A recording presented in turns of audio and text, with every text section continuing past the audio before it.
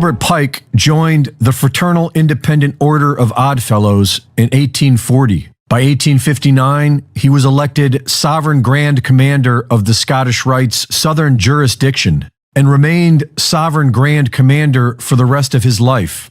He was definitely aware of Zionism, and if this Illuminati plan is true, then his use of the word Nazi is plausible. Either way, the letter is worth a read, and the closer we get to the end game, the more accurate this letter appears to be. Albert Pike served as a brigadier general in the Confederate Army. Following the war, Pike was jailed for treason. He was quickly pardoned by a fellow Freemason, President Andrew Johnson. Among eventually becoming a 33-degree Mason and a top leader of the Ku Klux Klan, Pike was also believed to be a Luciferian. He claimed he was able to summon Lucifer at will as the Grand Master of the Order of the Palladium. Palladism, or traditional Satanism, an ancient Luciferian cult, was then introduced to the inner circle of the Masonic lodges. This influence has flourished into modern-day Freemasonry in the super rites of the upper degrees. Industry, entertainment, the CIA, Congress, and our military leaders are inundated with Freemasonic Palladism, or a Luciferian New World Order. What follows are the chilling predictions, or better yet, instructions of Albert Pike's 3 world wars, funded in great part by the House of Rothschild. From a letter that he wrote to 33-degree Italian Illuminati head and mafia founder Giuseppe Mazzini, dated August 15th, 1871. The First World War must be brought about in order to permit the Illuminati to overthrow the power of the czars in Russia and of making that country a fortress of atheistic communism.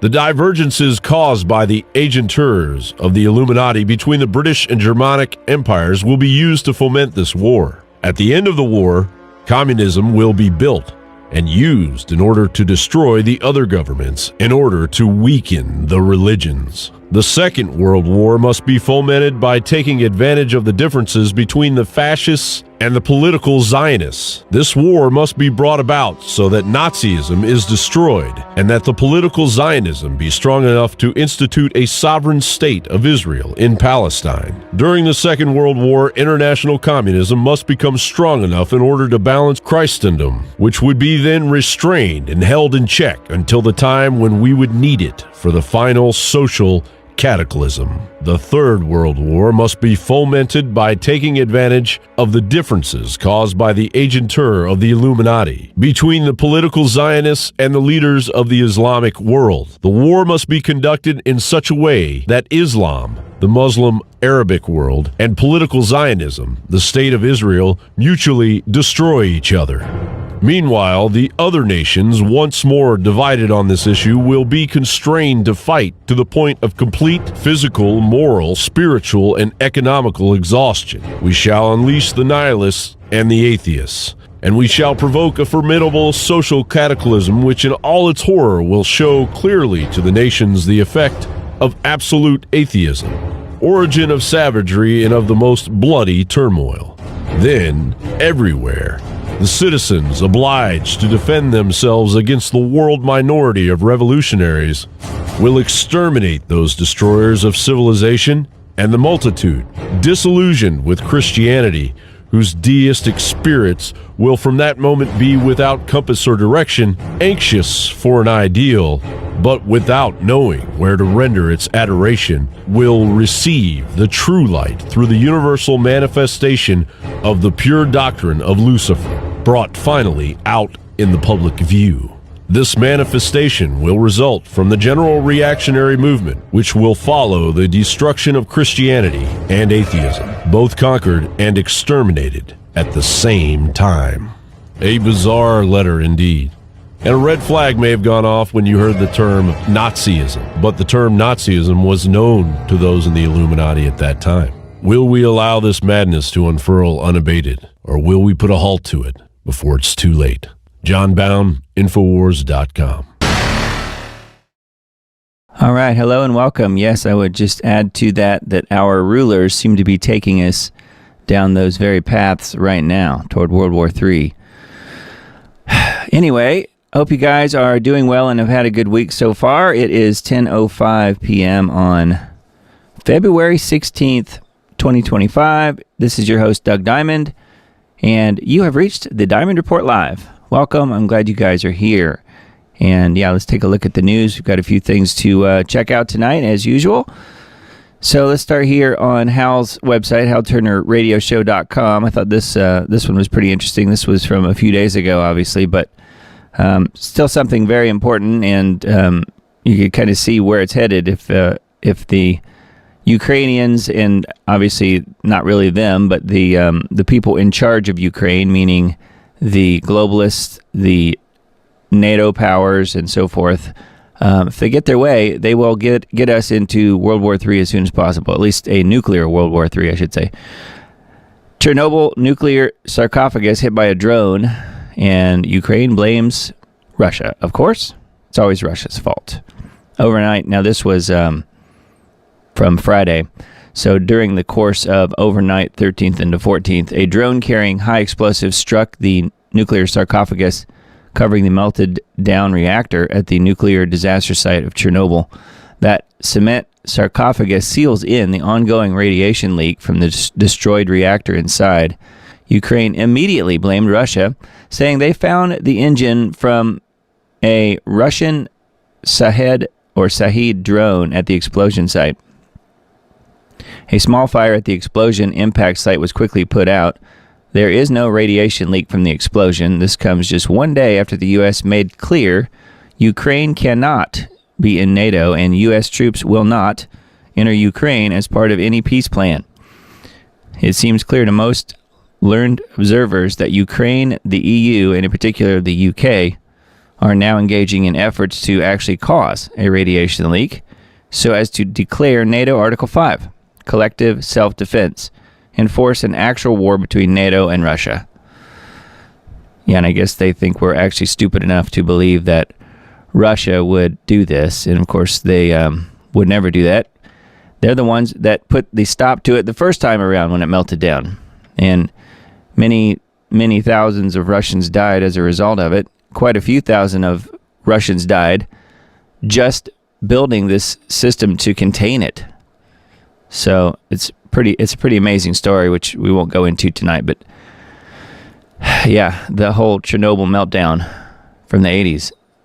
And then Moscow responds to Chernobyl strike accusation. An alleged drone incident at the facility could have been a Ukrainian provocation, Kremlin spokesman Peskov has said, which that makes total sense. Of course it is. They're trying to start a war. They're trying to start a nuclear war. The Russian military does not target nuclear infrastructure, including what remains of the site of the destroyed Chernobyl power plant, Kremlin spokesman Peskov told journalists on Friday. Ukrainian leader, false leader really at this point, Zelensky has alleged earlier in the day that a Russian drone had attacked the containment structure built over what remains of the Soviet power facility, which was devastated in a 1986 disaster. Zelensky reported significant damage in the incident. Well, you saw the significant damage in the last picture. Peskov stated that any claims that Russia is targeting nuclear facilities are false by default. He said that he has no verified information about the situation, but assumed that it most likely was the latest provocation, a frame-up, quote-unquote, orchestrated by Kiev. He added, this is what they love doing, which, yeah, they've built a nice long repertoire here of these types of incidents where they have been the ones that have been causing this. Everyone knows this. The Chernobyl Protective Dome, also known as the New Safe Confinement, was built in the 2010s to protect the remains of the destroyed reactor 4 unit from the elements and prevent the escape of contaminated materials into the environment. The project cost a reported 2.1 billion euros, $2.2 billion in international funding. The alleged drone incident came days after the administration of Trump ruled out Ukraine's accession to NATO or restoration of control over all of its claimed territories as part of a potential peace deal with Russia. Zelensky had previously called both goals essential for Ukraine's interests. And says Russian officials have warned that Kiev could resort to extreme measures, including false flag operations, which they've been doing all along. meant to frame Moscow in an attempt to derail Washington's peace efforts and ensure the continued flow of Western aid to Kiev. Yes. So that is what one of the main goals is, keep the money flowing, obviously. So this is Zelensky with his hand out, obviously, and everyone seems to know that except the people in charge in Ukraine. I guess they think they're actually fooling someone. I don't know why they would believe that, but they do. I guess that's how idiotic they are. UK is ready to deploy troops in Ukraine. Keir Starmer has emphasized deep responsibility in potentially putting British personnel at risk. Prime Minister Sir Keir Starmer has announced that the UK is ready to play a leading role in providing security guarantees to Kiev and deploy troops to Ukraine as part of a peacekeeping mission, which means war-starting mission, should a ceasefire agreement with Russia be reached. Yes, you can't have a ceasefire agreement with Russia. You can't let Trump and Putin have peace there, can you? So, and it says in an article from the Telegraph on Sunday, Starmer described the Ukrainian conflict as a once-in-a-generation moment and an existential issue for Europe, justifying the potential deployment of British personnel, which Europe has never been in danger. Putin is not going to march into Europe, and he has stated that over and over and over, and yet this is what they continue to put out there. More propaganda. So anyway, yeah, they're going to potentially send troops over there. They are ready to deploy troops to Ukraine. What they don't mention here in this article, it says at least 200,000 European soldiers as peacekeepers. Now, I can tell you that the UK military won't even fill Wembley Stadium in London. So they would have to be bringing people in from the whole of Europe to do any sort of peacekeeping, quote-unquote, peacekeeping mission there. So it would have to be from multiple countries. So we will see what happens. This is talking about the UK specifically, but it seems to me like it would have to be the EU together, because Trump has already stated that it's not happening on his watch as far as sending U.S. troops in there. So, again, the mess continues, and we will see how it all plays out. Thought this was pretty interesting. Speaking of Trump, D.C. active home listings soar. Jobless claims spike as Doge drains swamp. Washington recession begins. Now, this is from a Zero Hedge article. Bright MLS, one of the largest multiple listing services in the U.S., just recently cautioned real estate agents and industry professionals a toxic mix of a new presidential administration and higher than expected mortgage rates contributed to a slow start to the 2025 housing market across D.C. metro area, plus surrounding counties in Northern Virginia and Maryland. Now the floodgates have opened and active listings are soaring. The jobless claims are spiking across the region as the writing's on the wall and economic downturn is just ahead for the federal bureaucracy as the D.C. swamp draining accelerates. So yeah, many thousands of people are already taking the buyout. It says Bright MLS's latest monthly housing report for the Mid-Atlantic residential market, covering market trends through January, revealed a significant increase in active listings compared to the same period last year. While a rise in listings is typical during a presidential transition year, especially ahead of the spring selling season, the region's heavy concentration of federal workers is a major cause of concern in the era of Trump and Doge. That's because as of last week, Trump had already slashed 275,000 federal jobs. Last month, local residential markets in D.C. and surrounding counties in Northern Virginia and Maryland saw a sharp increase in active listings, averaging 22.8%. And then it goes into some of the further details when you deep dive into it a little further. So yeah, they're selling, it's a proverbial rats leaving the ship, I guess. And what was I think the total number of people who voted percentage-wise in D.C. for Kamala Harris was like over 92%. Over 92% of the people in D.C. that voted for Harris, and I think it was like 6% for Trump. So you can see they are a little bit afraid of what may be coming, and or they've already lost their job. Now, it got me thinking. I wanted to find out what the some of the search terms that you might hear. So you may have heard this already, but I wanted to do a little bit of a deep dive too on the search terms that were being used in D.C. So I asked Grok a question. Can you tell me what are the most popular Google searches in the Washington, D.C. area within the last 2 weeks, which is kind of about when Doge kicked in. Based on recent web information and posts found on X, the most popular Google searches in the Washington, D.C. area over the last 2 weeks include, and get this, criminal defense lawyer, that one's number one, bleach bit, which I'll mention what that is here in just a second, wipe hard drive is number 3, offshore bank, RICO law, extradition, 25th Amendment, FARA, which is FARA, Foreign Agents Registration Act, impeach, plea bargains, age of consent, and countries that don't extradite. Those are the most popular search terms currently, at least Google search terms, currently in the Washington, D.C. metro area. How about that? So yeah, the 25th Amendment, of course, is the one that people were always threatening to use against Biden and should have, obviously, but it says the 25th Amendment to the Constitution establishes an order of secession if the president or vice president is unable to serve. Section 1, if the president dies, resigns, or is removed from office, the VP becomes the president. Section 2, if the vice president's office is vacant, the president nominates a new vice president who must be confirmed by Congress. Section 3, the president can declare that they are unable to fulfill their duties. Section 4, the vice president and a majority of the cabinet can declare that the president is unable to fulfill their duties. That's the one that they were so often referring to Biden as. So that is the 25th Amendment search here. You'll see it here on the first page that we were looking at. And BleachBit.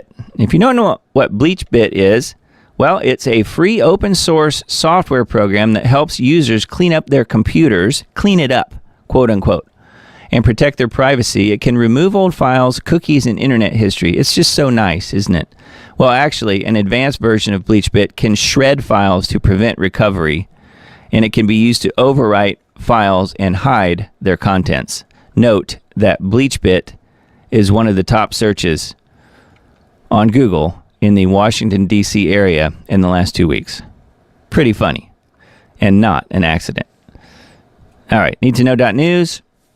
Maha, RFK Jr. confirmed to lead the Health and Human Services despite vaccine controversy, as they say in the UK. Robert F. Kennedy Jr. was confirmed as the Director of Health and Human Services and will oversee a budget of roughly $1.7 trillion, which, if you ask me, was probably about $1.7 trillion too much. Kennedy is popular due to his concern for the health of Americans, especially children, and vowing to remedy America's high rate of chronic disease. He said, when my uncle was president, 3% of Americans were obese. Today, 74% of Americans are obese or overweight. Epidemics are not caused by genes. Something is poisoning the American people, and we know that the primary culprits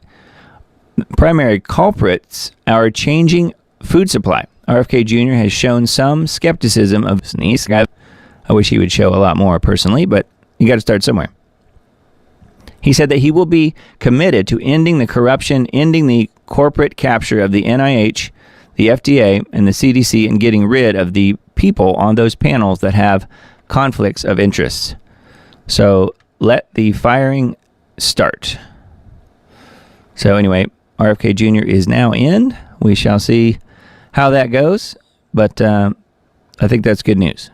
EPA administrator vows to recover $20 billion in gold bars funneled to left-wing organizations by Biden. Before Biden left office, a Project Veritas undercover journalist recorded Brent Efron, an advisor at the EPA, the Environmental Pollution Agency, saying that the Biden administration funneled tens of billions of dollars to left-wing nonprofit climate organizations to prevent Republicans from getting control over the money. Lee Zeldin, the new head of the EPA, said that after he saw the video, he investigated the claims made by Efron and found that $20 billion in taxpayer funds was awarded $20 billion in taxpayer funds was awarded to just eight entities that were then responsible for doling out the money to NGOs that included the Climate United Fund and received just under $7 billion. Zeldin went on to say he'd worked to reverse Biden's misallocation of billions from the bank where it was stored and returned the taxpayer money back to government coffers, adding that he'd also like to ask the Inspector General's office and the DOJ to investigate. This scheme was the first of its kind in EPA history, and it was purposely designed to obligate all of the money in a rush job with reduced oversight. Even further, this pot of $20 billion was awarded to just 8 entities that were then responsible for doling out your money to NGOs and others as at their discretion, with far less transparency, he said, going on to note that the Climate United Fund received just under $7 billion from Biden. Yep, sounds a little like Ukraine, doesn't it? Only a lot less money. Anyway, that's one of the articles on needtoknow.news. New AG Pam Bondi filed lawsuit against New York officials over immigration. U.S. Department of Justice under Attorney General Bondi has sued New York, its governor, Kathy Hochul, New York Attorney General Letitia James, and Mark Schroeder, the current commissioner of the New York State Department of Motor Vehicles. Bondi took aim at New York's so-called green light law that permits undocumented immigrants to get driver's licenses while blocking federal immigration agents from accessing the data. Hochul said that New York's current laws allow federal immigration officials to access DMV records with a warrant. Bondi filed similar lawsuits against leftist sanctuary regulations in Illinois and the city of Chicago last week. So video embedded and more info on this page here about that. So yeah, that'll be interesting to see where that goes. Seems to me like at least the New York mayor there, Eric Adams, is willing to play ball a little bit. So I think that's good news. But most of the people there in charge of things certainly do not want to. Florida, Lee County commissioners voted to remove fluoride from the water supply.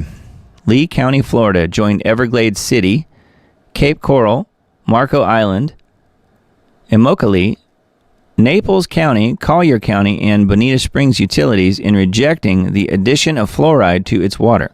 Last November, Florida Surgeon General Ladapo issued a statement urging elected officials to remove fluoride from their water. He said that the studies clearly show it to be a neurotoxin that can impair the intelligence of children, damage their pineal gland, and negatively impact their thyroid. Robert F. Kennedy Jr. was confirmed as Secretary of Health and Human Services, has proposed removing fluoride from public water supplies. Trump said that, quote, sounds okay to him. So, yeah. Again, we'll see where that goes. I think that's good news. It says last August, HHS revealed that excessive fluoride consumption in children has been linked to a 2 to 5 point IQ reduction. Judge Edward Chen ordered the U.S. EPA to strengthen regulations around fluoride. Yeah, they just, I remember talking about that back when that story came out. It's like, wow, they're just now admitting that. That's pretty wild. FEMA officials fired after agents spent $59 million last week on luxury hotels for illegals in New York City.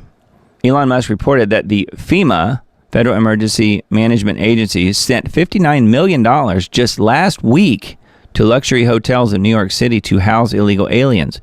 According to Musk, sending this money to these high-end hotels violated the law and it directly interfered with President Trump's executive order. Mary Comans, the CFO of FEMA, 2 program analysts, and a grant specialist were fired after the discovery. Trump wrote on his Truth Social platform that FEMA spent tens of millions of dollars in Democrat areas disobeying orders but left the people of North Carolina high and dry. It is now under review and investigation, he added. The Biden-run FEMA has been a disaster. FEMA should be terminated. It has been slow and totally ineffective. Individual states should handle storms, etc. as they come. Big savings, far more efficient. One of the luxury hotels is the Roosevelt in Manhattan that is owned by the government of Pakistan. How about that? They get a chunk of that $59 million just last week. Pretty good work if you can get it, huh? Well, housing illegals, I guess, will make you quite wealthy. Anyway, that is a need-to-know article, and then one more here. I actually got several on that site. Gavin Newsom, or as I call him, Gavin Gruesome, to victims of California fires: you can't rebuild the same, have to rebuild with climate reality in mind. Governor Gruesome appeared on CNN February 6th and was asked if his previous timeline to rebuild in 6 to 9 months would be followed. He essentially said that due to, quote, climate reality, rebuilding would have to be delayed and changed. He said that it would take 6 to 9 months to remove the debris. He said, in the next few years, we want to see hundreds, thousands of homes rebuilt. However, 16,000 buildings were destroyed, so it appears that his plan for rebuilding does not include allowing many homeowners to restore their property. He blamed climate change. Never mind, you can see people out there actually lighting the fires. And called for changing zoning and land use. California has some of the most restrictive land use and zoning regulations in the nation, which he said should be a model for the rest of the country. Yes, because we want smart cities all over the U.S., right? No, we don't. So yeah, that was just further info on there. Democrat members of Congress appear to call for violence against the Trump administration and Musk. They don't appear to be doing it. They are doing it. Democrat House Minority Leader Hakeem Jeffries and other U.S. Democrat representatives Kwesi Mfume, LaMonica McIver, Ayanna Pressley, and Jasmine Crockett have made comments that may be considered threats. Some even calling for street fights, while protesting the Trump administration for freezing funds and Elon Musk for investigating government spending. They should be investigated. Yeah, exactly. Tennessee preacher, Pastor Steve Caudle, also appeared to call for violence. Yeah, that was very interesting. Did you guys see that? I think he was out of the Chattanooga area. I'll see if I can find the clip. Senator Chuck Schumer is under investigation by the Department of Justice for reportedly issuing a warning in 2020 to conservative Supreme Court Justices Neil Gorsuch and Brett Kavanaugh that they would pay the price, quote unquote, for overturning Roe v. Wade, a decision that they made 2 years later. So yes, you have to shoot the messengers here, which that is all the Doge team are doing. I'm looking to see if the preacher is on here. Here it is. Yeah, let me play this, and this will shock you if you hadn't already heard this. Pastor Steve Caudle calls for conflict and violence against Elon Musk and Doge. And the quote is, when Elon Musk forces his way into the United States Treasury and threatens to steal your personal information and your social security check, there is a possibility of violence. That's the quote embedded in the tweet here. Let's listen to the clip. And in this nation, I'm worried that we are on the verge of bloodshed. This is an attempt to take us back to a day that we do not want to go, and we will not go. So therefore, there will be conflict.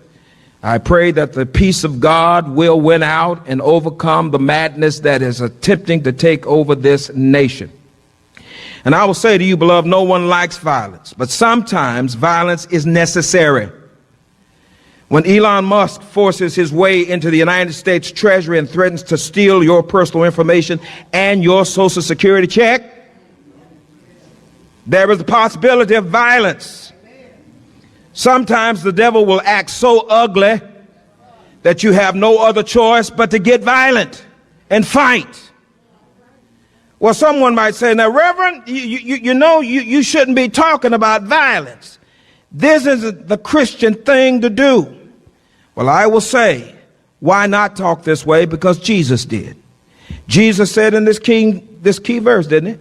The kingdom of heaven suffers what? Violence. And the who? The violent take it by force. The kingdom of God is a war zone. It is a battlefield. You did know this, right? Yeah, we knew it, but it's not the way you say, pal. No, he is twisting and warping Scripture to fit his message of violence. Emily says, oh, wow, I did not see that before. Yeah, and obviously that is he's taking the scripture quote there that was posted on the screen completely out of context. That is not what was being said. Yeah, isn't a call for violence like an insurrection? You would think so. But again, it's okay when they do it. He must know a different Jesus than my Jesus, Kathy says. Yes. Yeah, this is not, it's never been, and it never was, a call for violence. That is not what was ever intended by that verse. It was calling out violence from the demonic side, that violence takes it by force and tries to overwhelm and overcome good.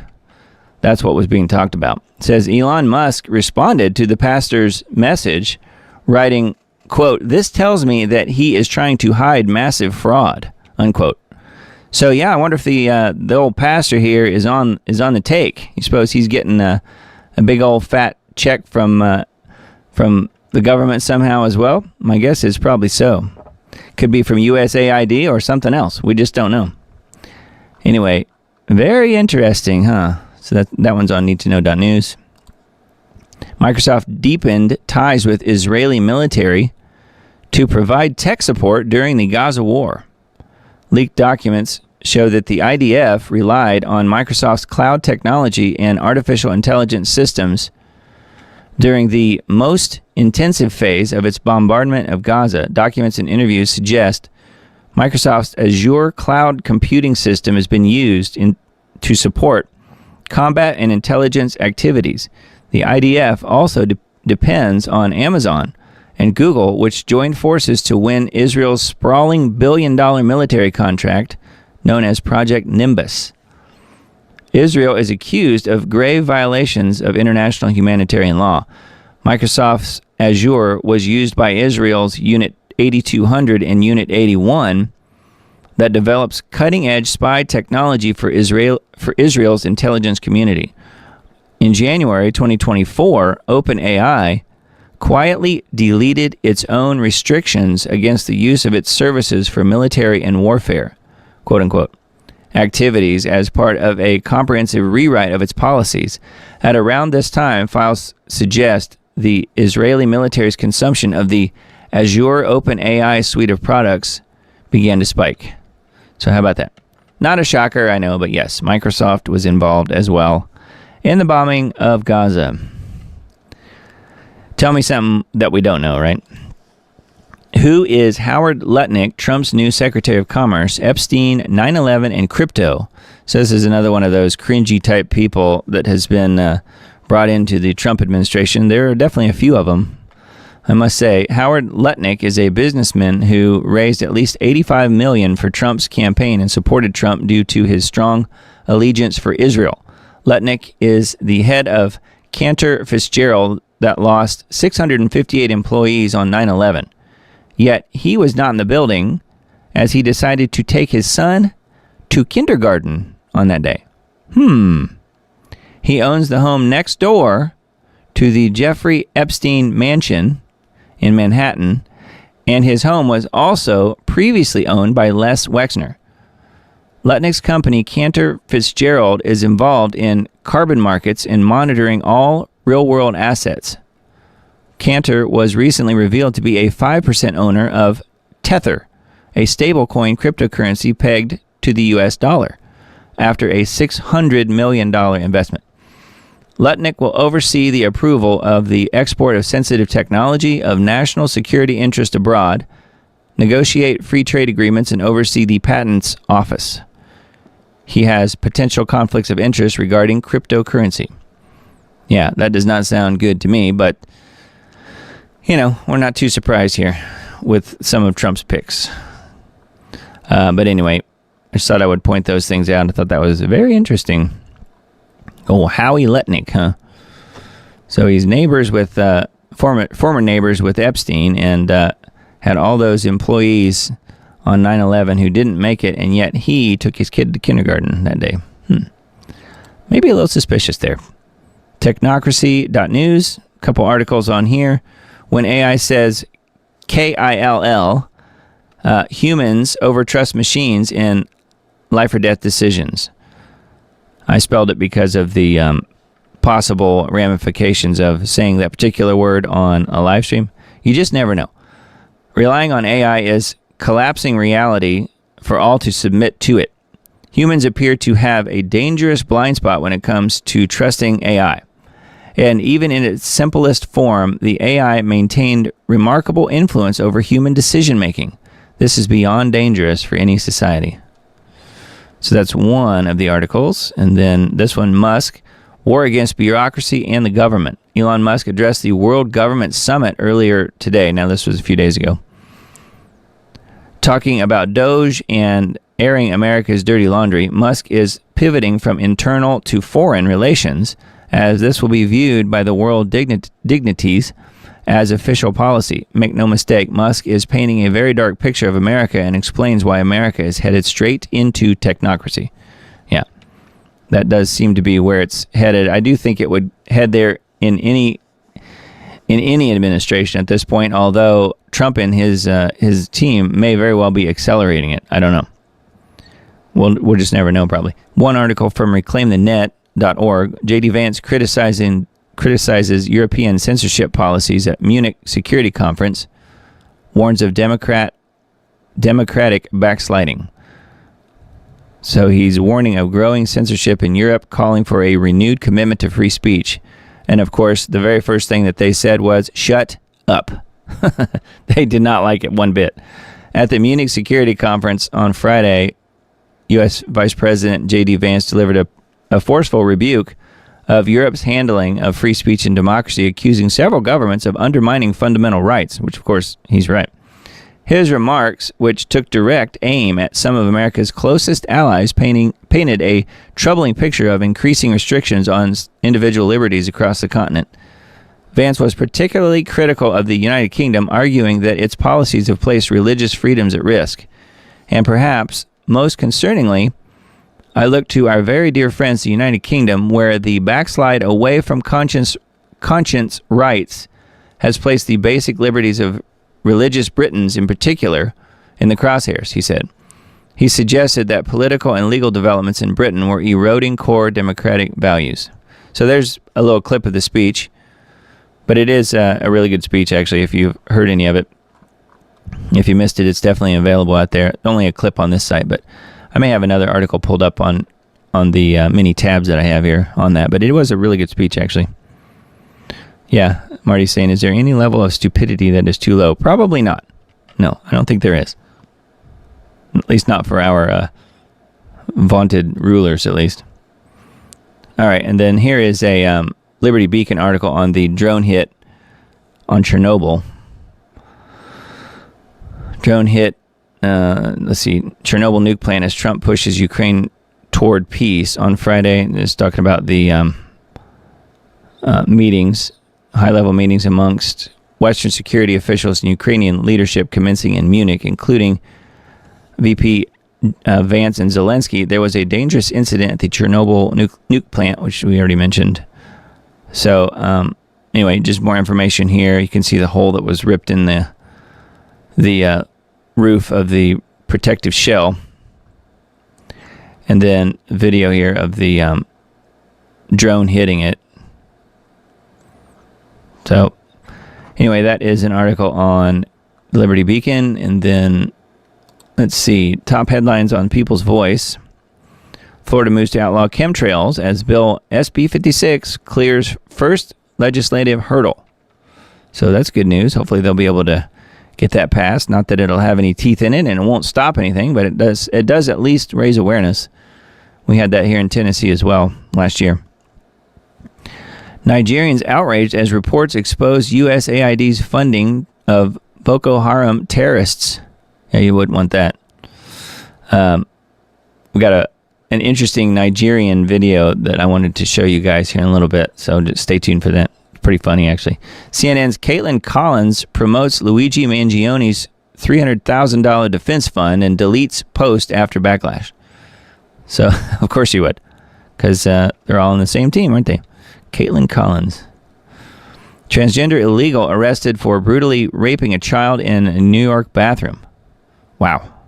Transgender illegal alien was arrested last week for brutally raping a young boy in a New York bathroom, according to reports. Wow. Occurred Tuesday in Manhattan. Man. Hope he gets what's coming to him. Trump to fire thousands of compromised CDC agents in massive overhaul. So something we kind of mentioned earlier. Republicans to impeach Democrat judges who are colluding to block Trump. Yeah, that's something that you don't really hear of much. You know, all these crazy judges get in and they're there for life, or they're there for a long time, whatever the case may be, and you never hear of any sort of ramifications of all of the crazy activist stuff that many of them do, or that quite a few of them do. And yeah, they're going to try to impeach them. I think that's starting tomorrow. Doge investigators, Reuters took $1 billion. Reuters took $1 billion from taxpayers to spread government propaganda. Yep, that's what they do. Rothschild accused of raping multiple women. Media blackout.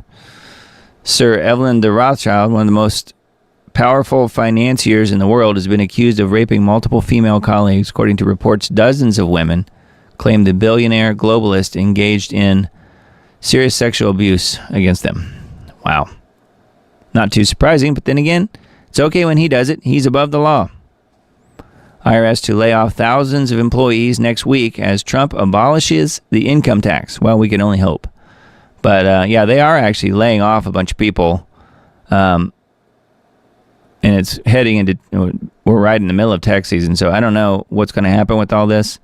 But let's hope that he actually does shut it down. Hopefully they'll audit it and shut it down. I'm hoping that that's what happens, not only there, but with many of the government entities. So we will see. Zelensky scrambles to keep the war alive and calls for creation of a globalist European armed forces. Yeah, we need a new NATO because the U.S. is not giving us the money that we were begging for. So anyway, those are the topmost headlines on thepeoplesvoice.tv. And then Information Liberation, another good site. Israel shows off new shipment of 2,000-pound bombs sent by Trump amid the ceasefire, quote unquote. That's not good. Israel's Ministry of Defense on Sunday released video showing of the arrival of massive shipments of some 1,800 2,000-pound bombs sent by the Trump administration. Because you got to protect Israel, right? Right? That's what they would have us believe. Of course, I think the rest of the world needs to be protected from Israel, actually. Netanyahu plans to attack Iran and lure Trump into war, Israeli media reports. Yeah, that's been put out there by the Israeli outlet called Haaretz, which is a fairly well-known news service in Israel. And yeah, that's what they're saying. Their plan is to attack Iran and to lure Trump into war. And of course, he's out there, I mentioned last week, he was out there stating that if anyone kills him and they figure out that it's Iran, then they need to be obliterated, blown off the map. So he's setting himself up for this war. So, and we were just, the video that we started the show with tonight, I think was very telling as far as that goes, as far as Albert Pike's letter and so forth. So, man, it's not looking good. The Senate confirms RFK Jr. to lead HHS. Israel resumes aid deliveries to Gaza after breaking the ceasefire. Hamas says the deal is back on track. So don't hold your breath on that one, though. Hamas's claim that Israel violated ceasefire is accurate, Israeli officials tell New York Times. So anyway, there is Information Liberation headlines, and then this one from Daily Mail. MAGA head of JFK Files Task Force claims that there were two shooters and pledges to uncover more secrets. MAGA star Anna Paulina Luna has made a jaw-dropping claim that there were two shooters in the JFK assassination, which, yeah, that came out a few days ago. February 11th is the date of this particular article. Luna made it clear her belief in a second shooter as she launched a new task force that will expose some of the government's most scintillating secrets. She and her team will declassify highly sought-after documents about JFK's murder and also files related to Jeffrey Epstein. Hope she has some good personal protection around her at this point. It says, in doing so, the Congresswoman dropped the bombshell about her own thoughts regarding JFK's shooting by I would say the alleged shooting by Lee Harvey Oswald in '63. I personally don't think he fired a single shot. She says, I believe there were 2 shooters, and we should be finding more information as we are able to. So, yeah, and then she talked about a few other things like Martin Luther King Jr., secret documents about and so forth and so on. So we will see. Hopefully some of that stuff will start coming out pretty soon. So that's on Daily Mail. And then RT.com, here's why Trump really wants to get his hands on Greenland and Canada. So I thought this was kind of interesting. It's probably not the reasons that you've been told or that you've heard. It's kind of a little bit of a long article, but the bottom line here is the idea of creating a technate, which is a technocracy. And that's kind of what we were touching on earlier on some of the other articles that I was mentioning before this one. But let's just read a little bit of this.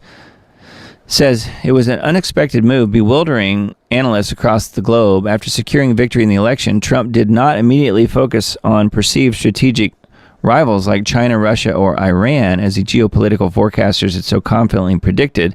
Instead, his gaze settled on Canada, Greenland, and the Panama Canal, territories that at first glance seemed disconnected from the expected choreography of American foreign policy ambitions. This pivot raised a chorus of speculation and debate. Many theories were put forward, yet among the multitude of explanations, only one has managed to weave together the strands of Trump's apparent unpredictability into a coherent narrative. This theory traces the logic of these moves back to a long-forgotten vision of a technocratic society that emerged in the early 20th century within the U.S.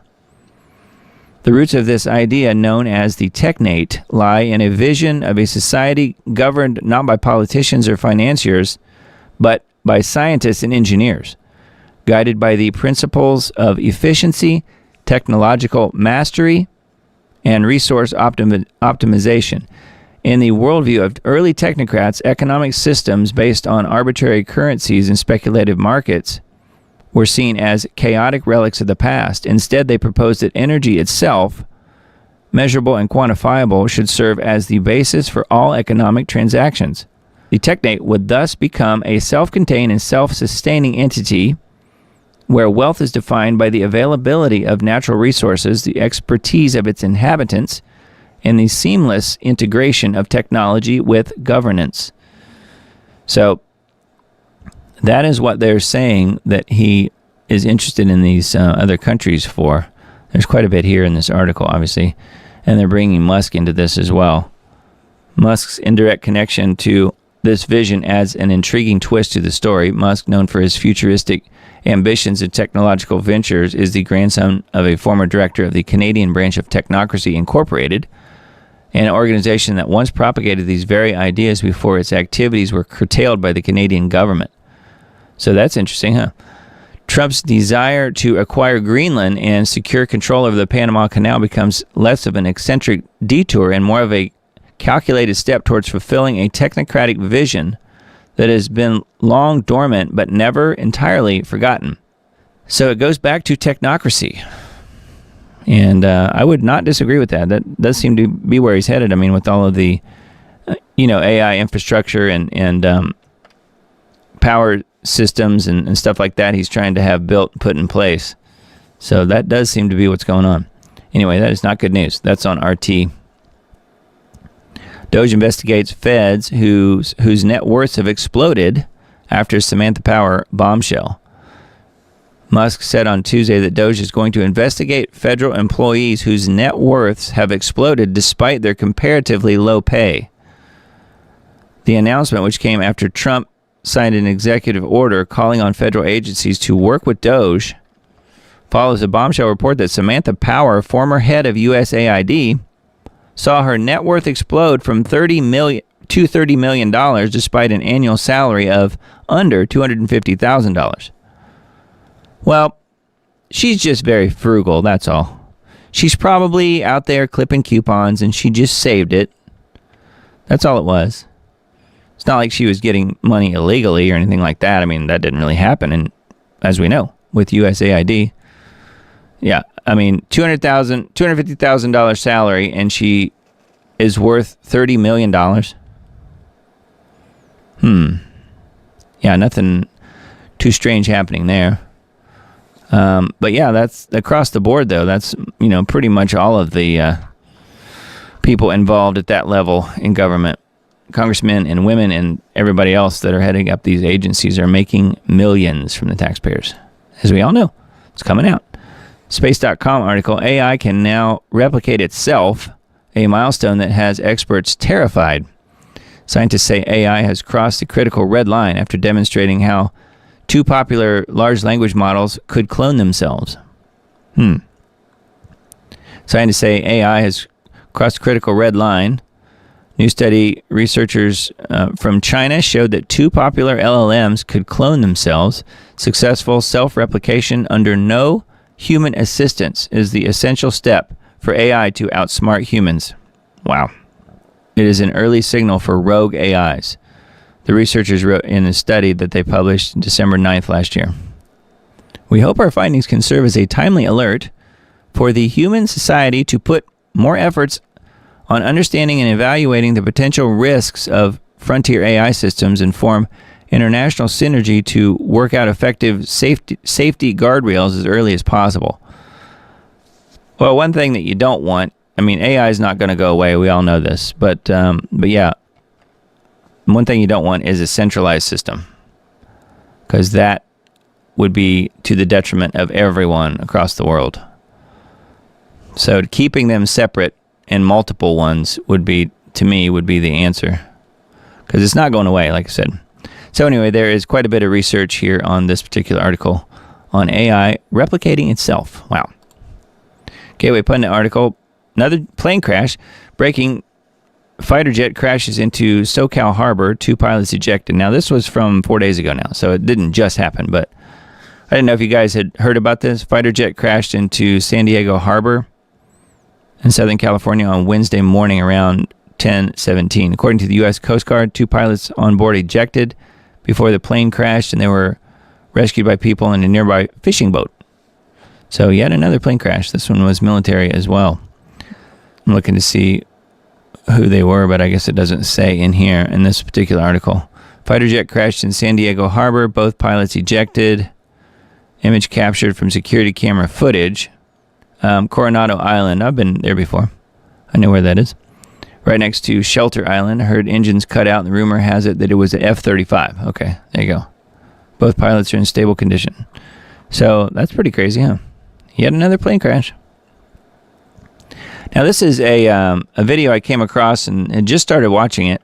Didn't have time to finish it, but something sinister is happening. UFOs, shadow beings, and the hidden agenda. This is an end times production. Probably worth a watch. It was pretty interesting to me, and it's already got a lot of views. So it was just put up about a week ago. So yeah, it's talking about classified military encounters, UFOs tailing nuclear weapons, and terrifying shadow entities appearing on secret bases.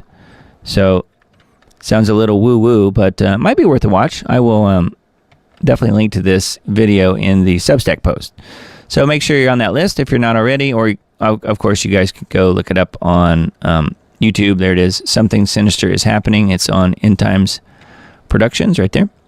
But yeah, definitely worth the watch. And then this Threadreader app article I thought was kind of interesting. Everybody got to go look this up. An immunologist by the name of J. Bart Klassen, who worked at NIH, across the hall from Fauci for 30 years, wrote a peer-reviewed paper about how Mossad had created COVID-19 as a bioweapon of genocide. Yes, it is a real article written by a legit immunologist that has multiple patents, etc. Quote, the author believes Mossad intended to kill billions of people, with a B. Billions. So, anyway, there's a video clip here, a couple of them embedded in this article, and probably worth checking out if you guys want I hadn't really heard necessarily that Mossad was involved, but it would not surprise me one bit. That would make total sense, actually. Mossad operative Epstein had strong ties in the biomedical industry, consistent with Mossad's desire to develop and use bioweapons as a means of mass destruction. And there's quite a bit of mentioning of the J word, the very short word that starts with J, that we don't really want to overuse. But anyway, that is a ThreadReader article, ThreadReader app, threadreaderapp.com. That's where that one is. Gateway Pundit article, more fraud. President Trump reveals staggering government waste numbers, including $521 billion in fraud per year. So this was on Thursday when he gave a press conference. He's doing press conferences, and I think the press is having a hard time keeping up with him. During press conference after signing an EO earlier, the president discussed how his new reciprocal tariffs and also the recent DOJ findings. He discussed his recent reciprocal tariffs, saying, whatever countries charge the U.S., we will charge them, no more, no less. He added, in almost all cases, they're charging us vastly more than we charge them, but those days are over. So reciprocal tariffs is part of what this is about. But here's some of the numbers. The $521 billion federal dollars lost to fraud. Estimated $236 billion in more in improper payments. Improper payments were made in 2023. $2.7 trillion in improper payments, including payments that went to the wrong recipient, have been made since 2003. $2.7 trillion went to the wrong people. And I guess they didn't return them. $162 billion in total improper payments in 2024. And it breaks that down into what those were. Wow. Total insanity. They're just uncovering all kind of stuff here with DOJ and all the vast amounts of fraud that is happening at that level. Now, this is an interesting video. I will link to this one in the Substack as well. It gets into, this girl gets into talking about, well, it says here, Gaza, the replica Ark, meaning the Ark of the Covenant, the Third Temple, and the Judas Goat. So it's kind of a long video. It's 8 minutes. I don't really want to spend time watching that tonight, but it is worth a watch. I'll link to it in the Substack post, or you can find it on her her X account if you want, Ashley Hayes. Finding it on there is probably a trick because it's going to go back a few days, but it's definitely worth a watch. And she goes into talking about how Trump is ushering in this technocracy, but essentially the end times, you know, with some of his decisions that he's most likely going to make, and then some of the other very questionable things that have been found, like the Ark of the Covenant at Mar-a-Lago. And she goes into how, okay, well, he's gonna be instrumental in them building the Third Temple, and they're going to put the Ark of the Covenant that was at Mar-a-Lago for a while, that one, not the real one, but that one, into the Third Temple. I personally don't think that will happen. I've made videos on that before, but I could see where one would lean that way. You know, as far as it would kind of make sense. But feel free to check this video out. I thought it was very interesting, and she made some really good points. I mentioned this a little bit ago. Netanyahu plans to attack Iran and lure Trump into war. So this is the Haaretz article that I was talking about earlier. So anyway, it's out there. Funny picture. You know, we'll see. We'll see if that's where it goes. I don't think he is going to commit U.S. troops, but he certainly would be funding them. Obviously, he's already doing that. So, man, we could definitely hope and pray against that. But, man, that is not looking good. And Netanyahu is super evil. And so is this guy. Larry Ellison pushes for AI-powered national data centralization and mass surveillance. Again with decentralization. Anytime any of these systems like this are centralized, you end up with nothing but tyranny. A centralized AI-powered surveillance system would give governments unprecedented control over citizen data. And that is what they want. That's what people like Larry Ellison and Sam Altman and some of them want. And that is what Musk is out there talking about often, that you don't want a system like that that's centralized. which makes a lot of sense to me.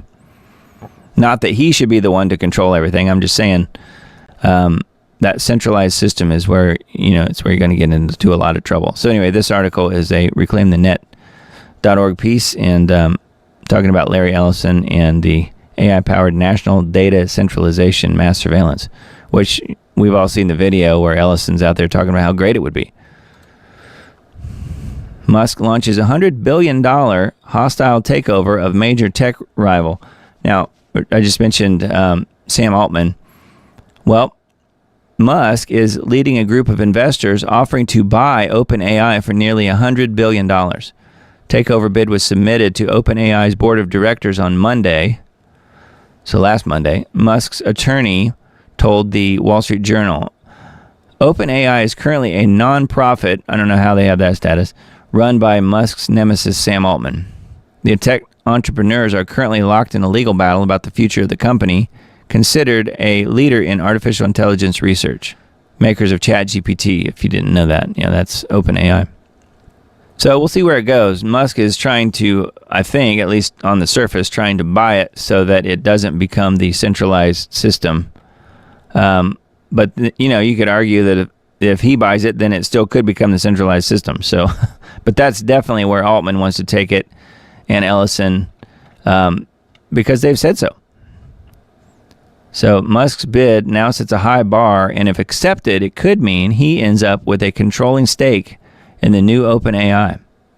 Musk is backing the bid with his own company, xAI, which could end up merging with OpenAI following a possible deal. Seems to me like that would not be good.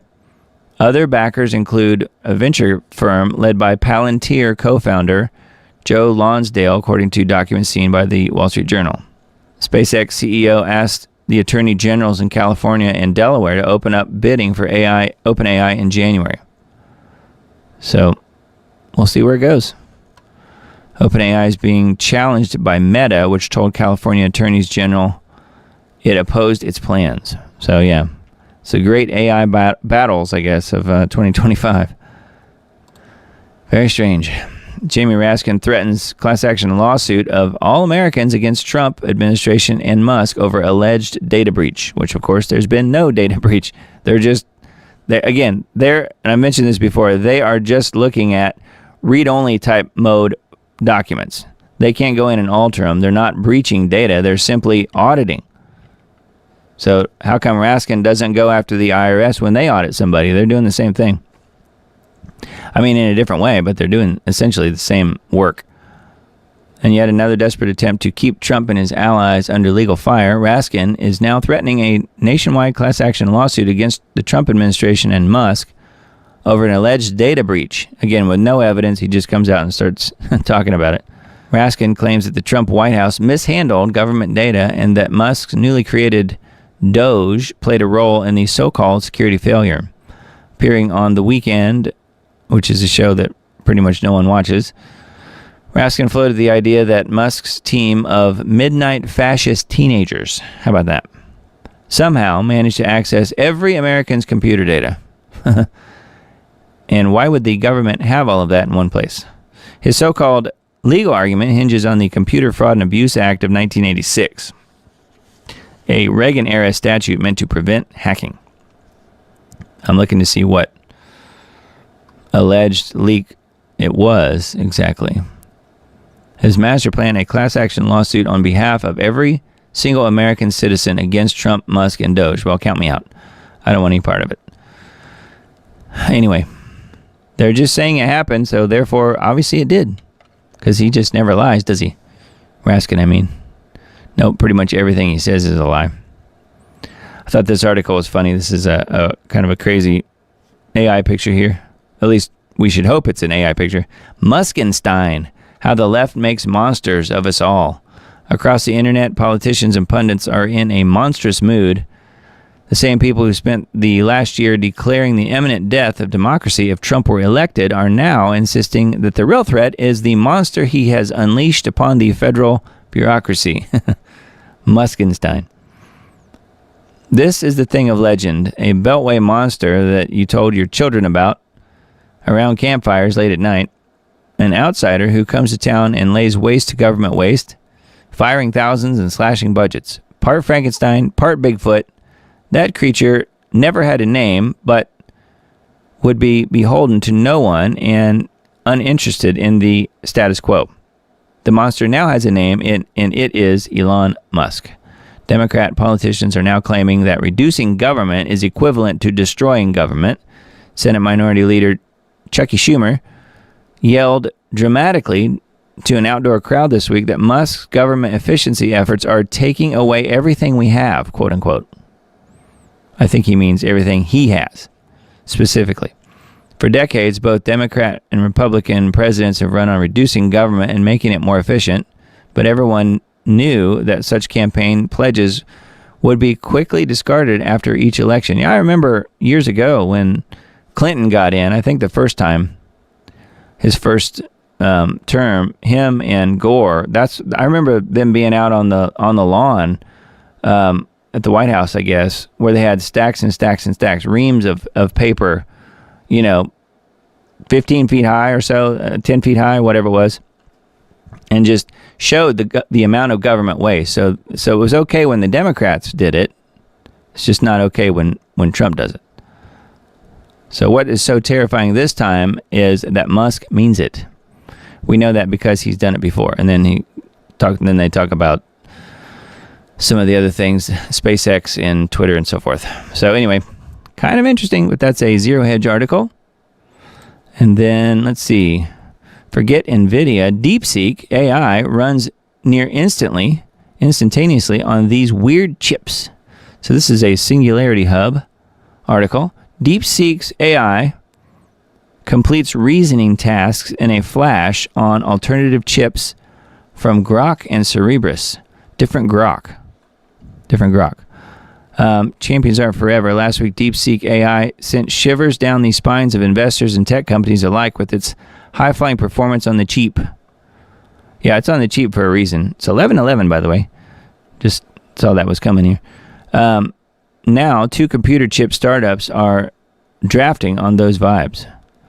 Yeah, I mean, part of the reason that it's so cheap and easily attainable is that it's going to leak all of your information, all of your data back to China. It seems to me like that would be part of it. So I'm not really sold on the whole DeepSeek thing, but this is an article talking about how it wouldn't need NVIDIA chips to work. So, but the quality is still, if you ask me, the quality is still going to be with NVIDIA and the American-based systems, talking about AI. Thought this article was kind of interesting. Trudeau vows to fight Trump's tariffs. Canadian Prime Minister has promised to retaliate against U.S. duties on steel and aluminum. Yeah, he also promised to leave, and yet he's still in power. Canadian Prime Minister Tampon Trudeau has announced the recent imposition by the U.S. of a 25% tariff on steel and aluminum imports, describing the move as, quote, unacceptable. Trudeau has emphasized that Canada would stand up strongly and firmly against these measures if necessary. So that is a slightly different tariff than we were hearing about before. This one's just on steel and aluminum, I guess. The tariffs announced by Trump on Monday are set to take effect in March and apply universally without exemptions. Policy shift has raised concerns among key U.S. allies. Of course it would. Speaking at an artificial intelligence summit in Paris, Trudeau stated that his government will take all necessary steps to defend Canadian workers and industries. We will not be bullied by these unfair trade practices. But they do it. It's okay when they do it. But it's unfair when Trump does it in return. So anyway, that is a RT article. And then let's see here. Just some of the headlines on Forbidden Knowledge TV. This one's pretty wild. U.S. aid funds gone, Presley solicits donors to help censor Americans to advance progress. Yeah, she does say that in the video. Representative Ayanna Presley, Democrat, Massachusetts, is seen here at this rally in Washington, D.C. a few days ago after USAID was revealed by Doge to be waging a hybrid war. If you're running in fear of your own voters, then there is nothing America can do for you, nor is there anything that you can do for the American people, J.D. Vance said in the Munich Security Conference on Friday. And then other articles on here. Thought this was kind of interesting. Bill Cooper explains the film 2001: A Space Odyssey. It's a video from Bill Cooper from way back. So anyway, some interesting articles on Forbidden Knowledge TV. There's one new article on leohoman.com. U.S. aid funded terrorist regimes that killed thousands of U.S. soldiers. U.S. aid sent $9.3 billion to Islamic terror states that killed 3,000 American soldiers. The explosive disclosures about how U.S. taxpayer monies are being used to subvert governments worldwide while propping up others continues to shed light on the outrageous fools that our own government must take us for. They steal our money and use it however they wish, often in secret deals that reward obedient foreign regimes while punishing the disobedient. But the recent disclosures also reveal how the whole problem with modern Islamic terrorism is largely a creation of the West. Because without Western support, the modern Islamic jihadist movement would be broke and powerless. I would wager that the Western powers could wipe them out in a few months if they really wanted to, simply by cutting off the massive, quote, aid programs. So that's a great point. Where did they get all these billions? Well, they got it from us. And then Leo's Substack, a few more articles on here. Ukraine-Russia war debacle may spell the end of American taxpayers' funding of Ukraine. So anyway, there's a couple of articles on his Substack, leohoman.substack.com. A few articles on natural news. Trump calls for radical military spending cuts, seeks Ukraine peace deal, and G7 expansion. U.S. VP Vance warns Europe against adopting Chinese open source AI models. So that's looking at DeepSeek specifically, but anything like that. Chinese GPUs surpass NVIDIA chips by nearly tenfold in supercomputer simulation, a game changer in tech sovereignty. So that was more of the DeepSeek thing that we were talking about earlier. Doge targets IRS in sweeping government efficiency push. So yes, auditing the IRS. How about that? Who'd have thought? Natural News, always a good site. And I wanted to mention this. Emily's here, so this is the video that she mentioned. I think I mentioned as well last week on the show. It is now out. It's available. This is the recovery mission of Emily's dad in his plane, using my Black Hawk helicopter to recover an aircraft and fallen pilot no one else could reach. Very, very good video, and it's under 20 minutes. But man, it's like movie quality. Those guys just did amazing work and risked their lives to go get him. And it is really, really good video. So couldn't recommend that one enough. But I will link to that one. I think I did link to that actually in the post that I sent out on Tuesday last week. But I will do that as well again this week if you missed it. So, but yeah, it's a really good article. And man, they really did a good job, I feel like, of honoring Emily and her family in this video. So anyway, just wanted to mention that. It's on Heavy D Sparks on YouTube. Heavy D Sparks. Good stuff. All right, let's see. Wine Press News article. I just have one pulled up from there. Trump announces plans to seize control of Gaza and turn it into a Riviera of the Middle East, and relocating 2 million Palestinians as he bows the knee to Netanyahu. Yeah, this is all really bad news and stuff that I talked about last week and showed the video, the Reach Report video on that. President Trump turned heads and enraged many worldwide after he announced alongside criminal, I'm adding that, worldwide criminal Benjamin Netanyahu, who came to visit the White House, that the U.S. intends to help Israel officially take over the Gaza Strip, saying that we will, quote, own it. I don't want any part of it, do you? Maybe he means he will own it. I don't know. Including relocating some 2 million Palestinians somewhere else. Yeah, that's, I doubt that there's actually 2 million Palestinians that are even alive anymore over there, because Israel's killed so many of them. Anyway, yeah, that is not good news. That is definitely one of those boneheaded things that he is continuing to do, supporting Israel, if you ask me. All right, we've got a few Gateway Pundit articles. Thought this one was pretty interesting. Senator Rand Paul calls for the first Fort Knox gold audit in 50 years. And then taps Musk's Doge for verification. FOIA requests show 7 out of 13 previous audits are reportedly missing. And my guess is the gold is too. Wouldn't you think? You think there's any gold in Fort Knox? Anytime I'm driving by there, by the way, I've driven by there many, many times. Not Fort Knox itself, but the exit ramp to go to it. I always think and wonder to myself, I bet there's no gold in Fort Knox. I was a big fan of the 1963 or 4 movie, James Bond movie, Goldfinger. 64, I think is when that came out. And, of course, that whole story is about Fort Knox and the gold in Fort Knox, and Auric Goldfinger, the bad guy in there, is going to, they figure out pretty early on that he's going to hit Fort Knox, but the goal was not to remove a single bar from Fort Knox at all. He wasn't going to take any of the gold out of there.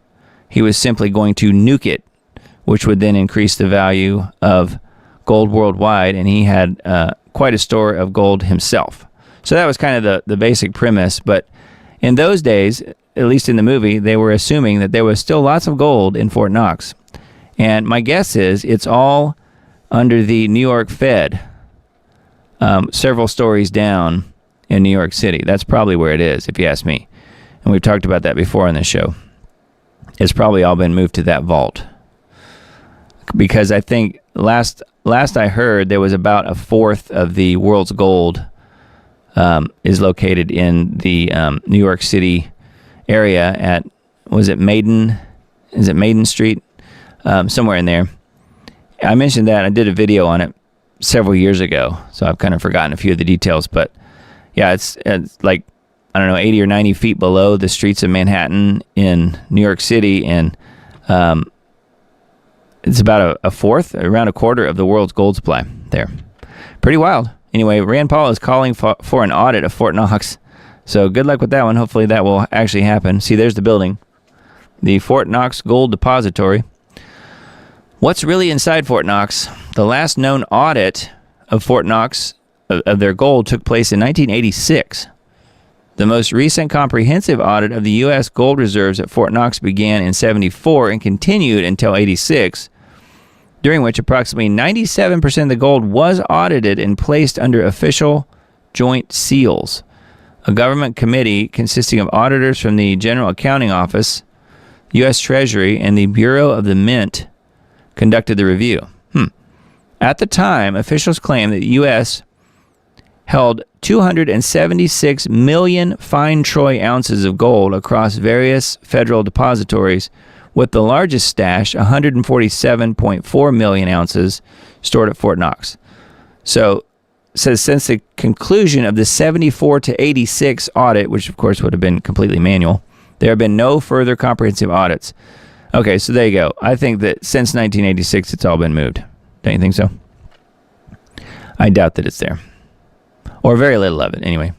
So that is an interesting article. That's a Gateway Pundit one. And then RFK is right. The country is still suffering from Biden's pandemic response. Confirmation hearing for RFK has underscored the fact that many of the alleged conspiracy theories, quote unquote, regarding the handling of the COVID vax have been proven true. Yeah, I would say pretty much all of them have been. The lockdowns, masks, and vaccine mandates had little or no scientific basis and did not save lives. This has also been confirmed by a congressional investigation. Sadly, the nation is still suffering from Biden's pandemic policies. Trump initially opposed lockdowns, but was eventually pressured into agreeing to a 2-week shutdown. However, Fauci, Democrat lawmakers, and the mainstream media colluded to extend and reinforce these measures, stretching what was meant to be a temporary restriction into more than 2 years of prolonged lockdowns. Yep. And we all paid for it for a long time.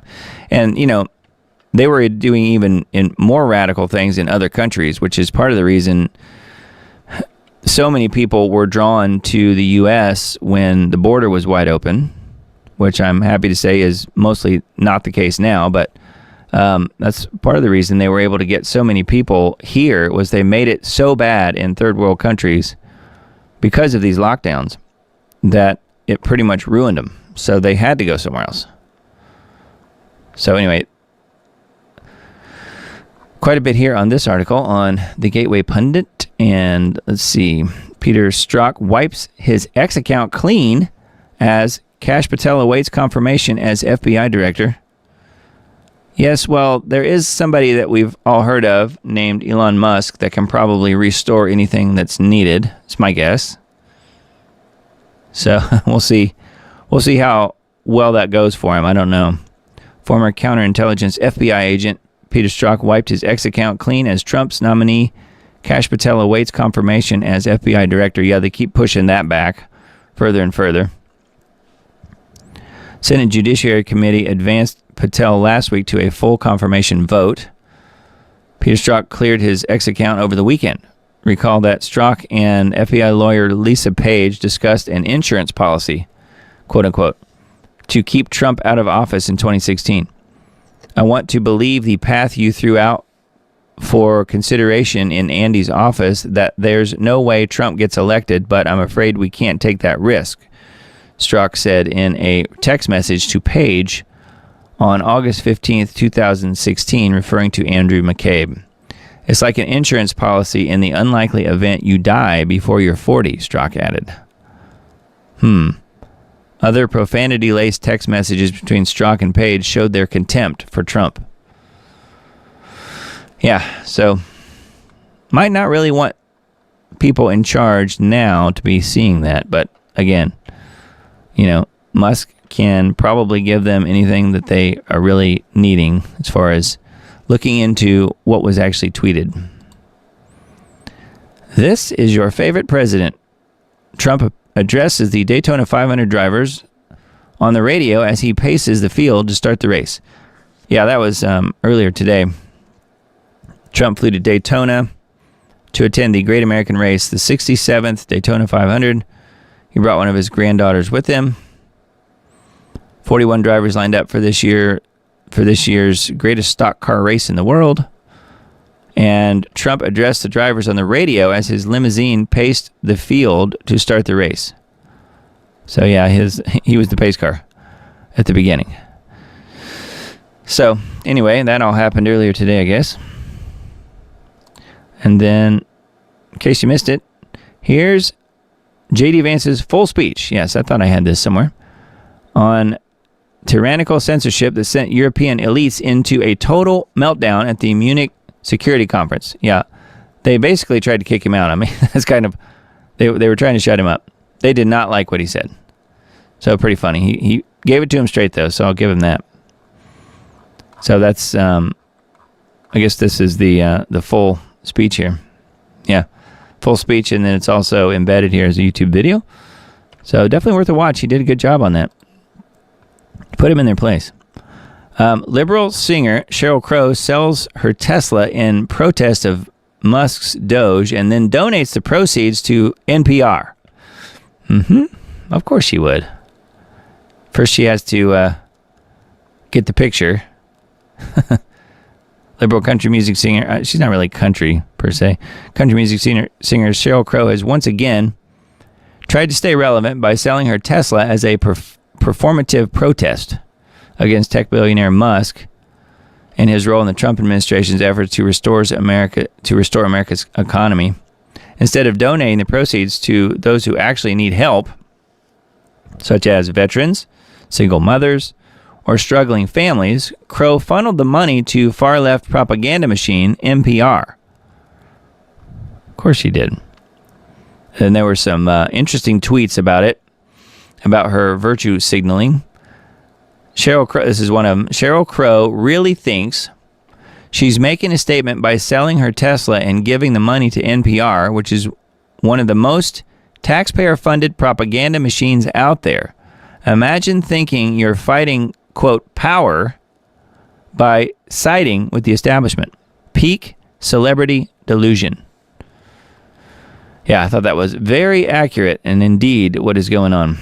The money did not go to vets or to hurricane victims or to starving children or to kids with cancer or a single mother who desperately needs a car. No, she donated it to fake news, government-run propaganda called NPR. Way to go, Sheryl Crow. Treason. Musk blasts Gavin Newsom for allocating $9.5 billion on free health care for over 700,000 illegal aliens. Wow. Governor Newsom is once again proving his loyalty not to the hardworking taxpayers of his state, but to the ever-growing population of illegal immigrants who have flooded California thanks to the Democrats and Biden administration's disastrous open border policies. It was disastrous, but it was done on purpose.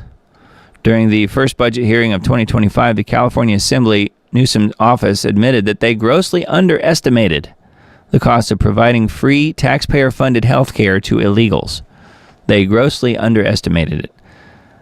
Originally, they projected it at $6.5 billion. The true cost was actually $9.5 billion, a little over budget. A staggering 46.2% increase from what was initially claimed. Yeah, but I thought they were broke. That's nearly $10 billion from California's taxpayers' hard-earned money being funneled into services for illegal immigrants. I would say probably also for sex changes, just a guess, while the state struggles with a crippling $68 billion budget deficit and soaring taxes on legal residents. Yes, but it is gruesome after all. He's only here to help. Yeah, help you right out of all of your money. Yeah, and it is treason. Of course it is. But that's what he does. And then that's a felony. Border Czar Tom Homan talks to Maria Bartiromo on AOC's efforts to impede law enforcement about the ICE arrests and the effects of sanctuary cities on their operations. How significant is it that pushback and is stopping you from doing your job? She asked him. Tom says, absolutely not going to stop us. I mean, it makes our job more difficult. It makes the job more dangerous, Homan responded. Sanctuary cities make it difficult. What is most concerning, though, it makes it more dangerous. When we can arrest a bad guy in a county jail, if one officer arrests one guy in the safety and security of a county jail or state prison, but when the sanctuary cities release the public safety threat back into the public, which on its face is just ridiculous, it is more dangerous for the ICE officers to make the arrest, which, of course, that makes total sense. So anyway, I guess they're gonna look at least the lawyers here are gonna look at AOC. You've got AOC, Alexandria Ocasio-Cortez, doing webinars explaining to illegal immigrants how to evade ICE arrests. What she needs is to read the statutes enacted by Congress, Title 8, United States Code 1324, Homan responded. When you harbor and conceal and impede law enforcement, that is a felony. Sounds to me like that's what AOC is doing. Will she be held accountable? I would think not, but I mean, she's a Democrat after all. They can do anything they want. I thought this was interesting. The world's largest human gathering ever, 2025, Prayag Maha, not that Maha, but Maha Kumbh Mela. I don't know how to say it all, but it's in India. It's currently taking place in India. Over 400 to 450 million people expected to attend. I don't think that's necessarily all at once, though. World's largest human gathering ever. Pretty weird. Yeah, it's a pilgrimage. The Uttar Pradesh government claims that the Festival of the Sacred Pitcher has already surpassed 500 million visitors as of February 14th. The largest global pilgrimage ever. So it's not really 500 million people all in one place, all at one time, but it is pretty amazing that all these people are doing this. I'm looking to see what it's even about.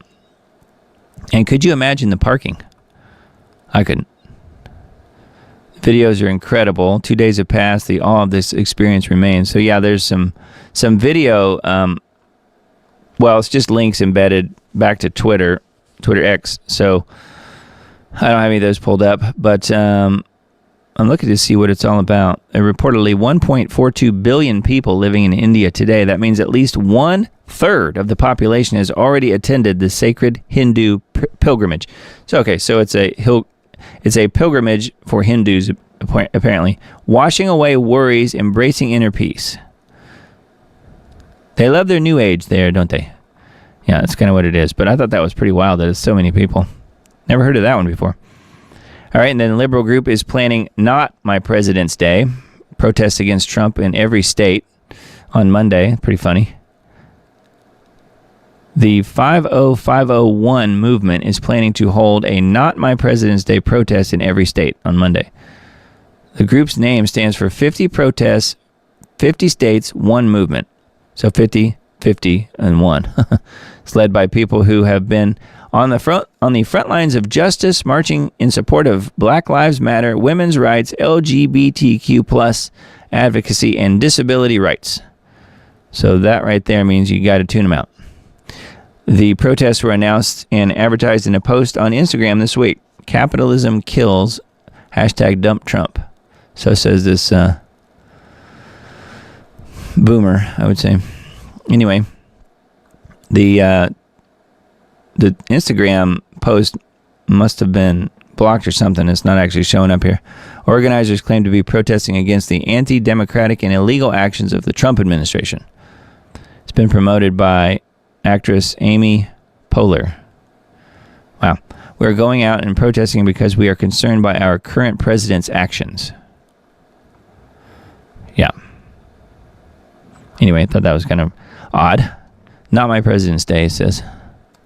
Now, that's not even really what President's Day is about, is it? Isn't it about previous presidents more so than the current president? Seems like it is. Watch school board actually runs from angry parents who caught them letting 5-year-olds see bondage gear. Wow. Parents armed with verbal pitchforks and torches sent woke administrators cowering away at the school board meeting in New York State on Tuesday night. The parents of Penfield Central School were outraged that the school had exposed young children to an obscene book titled The Rainbow Parade. Book is about a young girl and her 2 moms attending a pride parade. Among the illustrations included are 2 men in bondage gear holding hands alongside other queer spectacles. Yes, well, the controversy arose after a kindergarten reportedly came home with the book, which is available in the school's library. Parents expressed their indignation with school officials. I would think.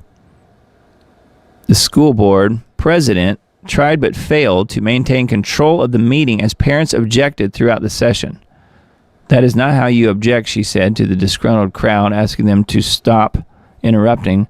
We will ask those people who cannot do that to be removed. We are here at our board meeting conducting business, our business. That particular comment prompted boos from parents. It's our board meeting, one woman among the parents yelled. Shortly after that, Roberts called a recess and the school board members retreated, further agitating the parents. They're just leaving, one parent said. How do you just leave a school board meeting with a packed room? Well, they didn't.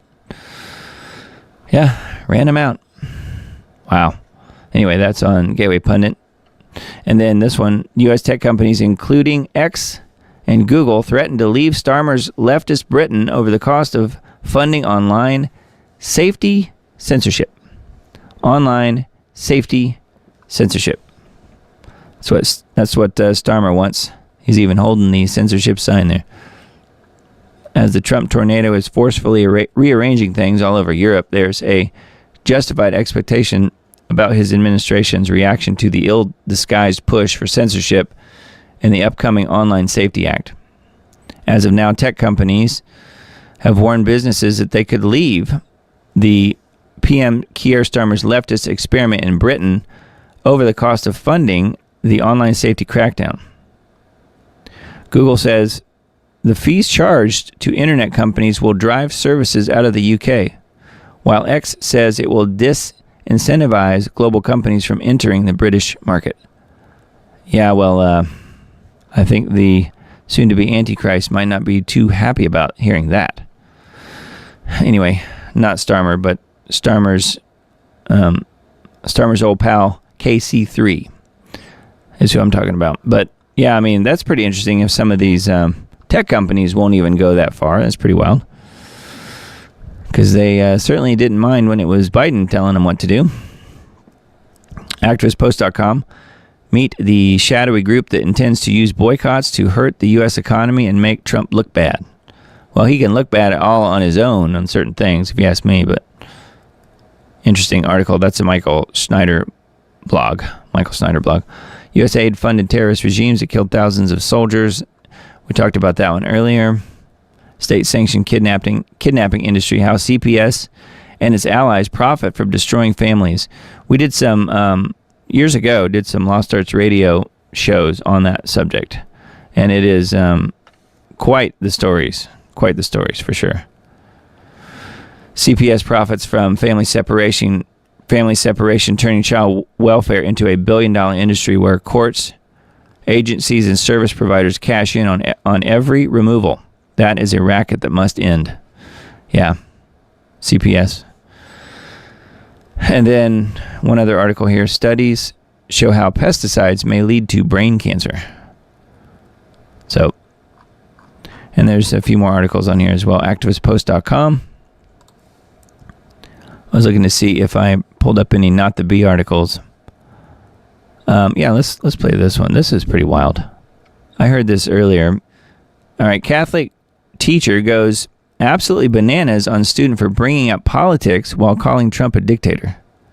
I wanted to play this because this is crazy that you have a teacher that talks like this in front of his students. I mean, high school age students. Now, this kid used a filter. That's what I was looking for. He's got an Instagram filter over his face so that you can't see who it really is, but you can hear everything that's going on. So here it is. And the only thing that bothers me more than him is all the Republican senators and congressmen who just keep going along with it. It's not because they believe in it. You gotta know they don't believe in it. They don't believe in any of it. They're just afraid that he's gonna talk smack about them on Truth Social, and then they're gonna lose their job in an election. So they're just doing whatever he says, which is the worst possible thing, because that's called a dictatorship. Jesus Christ, you don't see that? I'm not kidding. When I say wipe that smile up, I don't care if that's a detention. I just wrote you a referral mentally. You're going to detention for bringing up politics in class. You want to go for 2? Control yourself, man. Yo. Excuse me? Excuse me? After all I put up with you for the last 2 years and talked you up and stood your back when they ripped you, you what? You say what? What? Are you serious? Treating me with that disrespect? Are you serious? Are you serious? Are you serious? If I could take back your letter of recommendation from college right now, I would. You talk to me like that? After everything I've done for you? Are you kidding me? No detention. Don't ever talk to me again personally. You can ask questions in class. You say anything in class without raising your hand, you go to detention for a week. From now on. Disrespect me like that? You got your letter, so now everything's good, right? You got your high grade on the midterm, so everything's good. Now you can treat me like that? After all I've stood up for you, you punk ass. You really gonna do that to me? Wow. How about that? That is completely unhinged. Says this teacher's crash out over Trump is legendary. He has been fired. Well, I would think so. And hopefully he apologized, but I doubt that happened. I mean, wow. Calm down a bit. Yeah, that is serious Trump derangement syndrome on parade. Anyway, that's on notthebee.com, and just thought you would like to hear that. It's pretty crazy how some people are so crazy. Thought this cartoon was pretty good. IRS, are you here for your audit? No, I'm here to audit you guys. The teenager from Doge says. Pretty good. I like how they have the Walmart logo. Doge, save money, live better. Pretty funny. Globalists in total panic mode after Trump snubs EU elites in Ukraine peace talks and says Russia doesn't threaten NATO.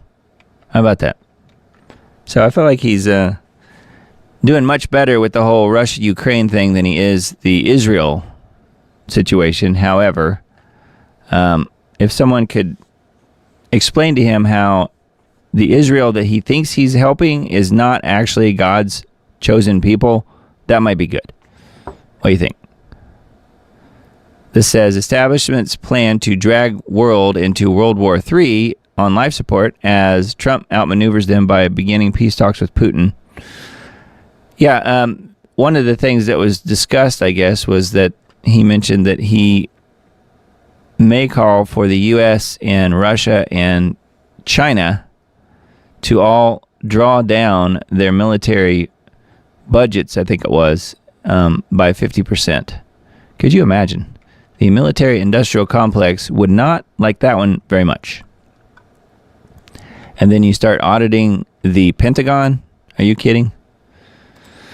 Yeah. All right, now this one I thought was kind of interesting. I didn't realize it was called Iron Mountain, but you guys may have seen this. I don't know. Doge exposes insane federal use of old limestone mine and 700 mine workers to store files. And they have tricycles, too, to ride around down in the mine. Musk's Doge has revealed that the federal government is using an old limestone mine in Pennsylvania to store tens of thousands, if not millions, of physical paper files in cardboard boxes. The files are just retirement documents for federal workers, so they could easily be digitized, yet the government has continued to physically store them.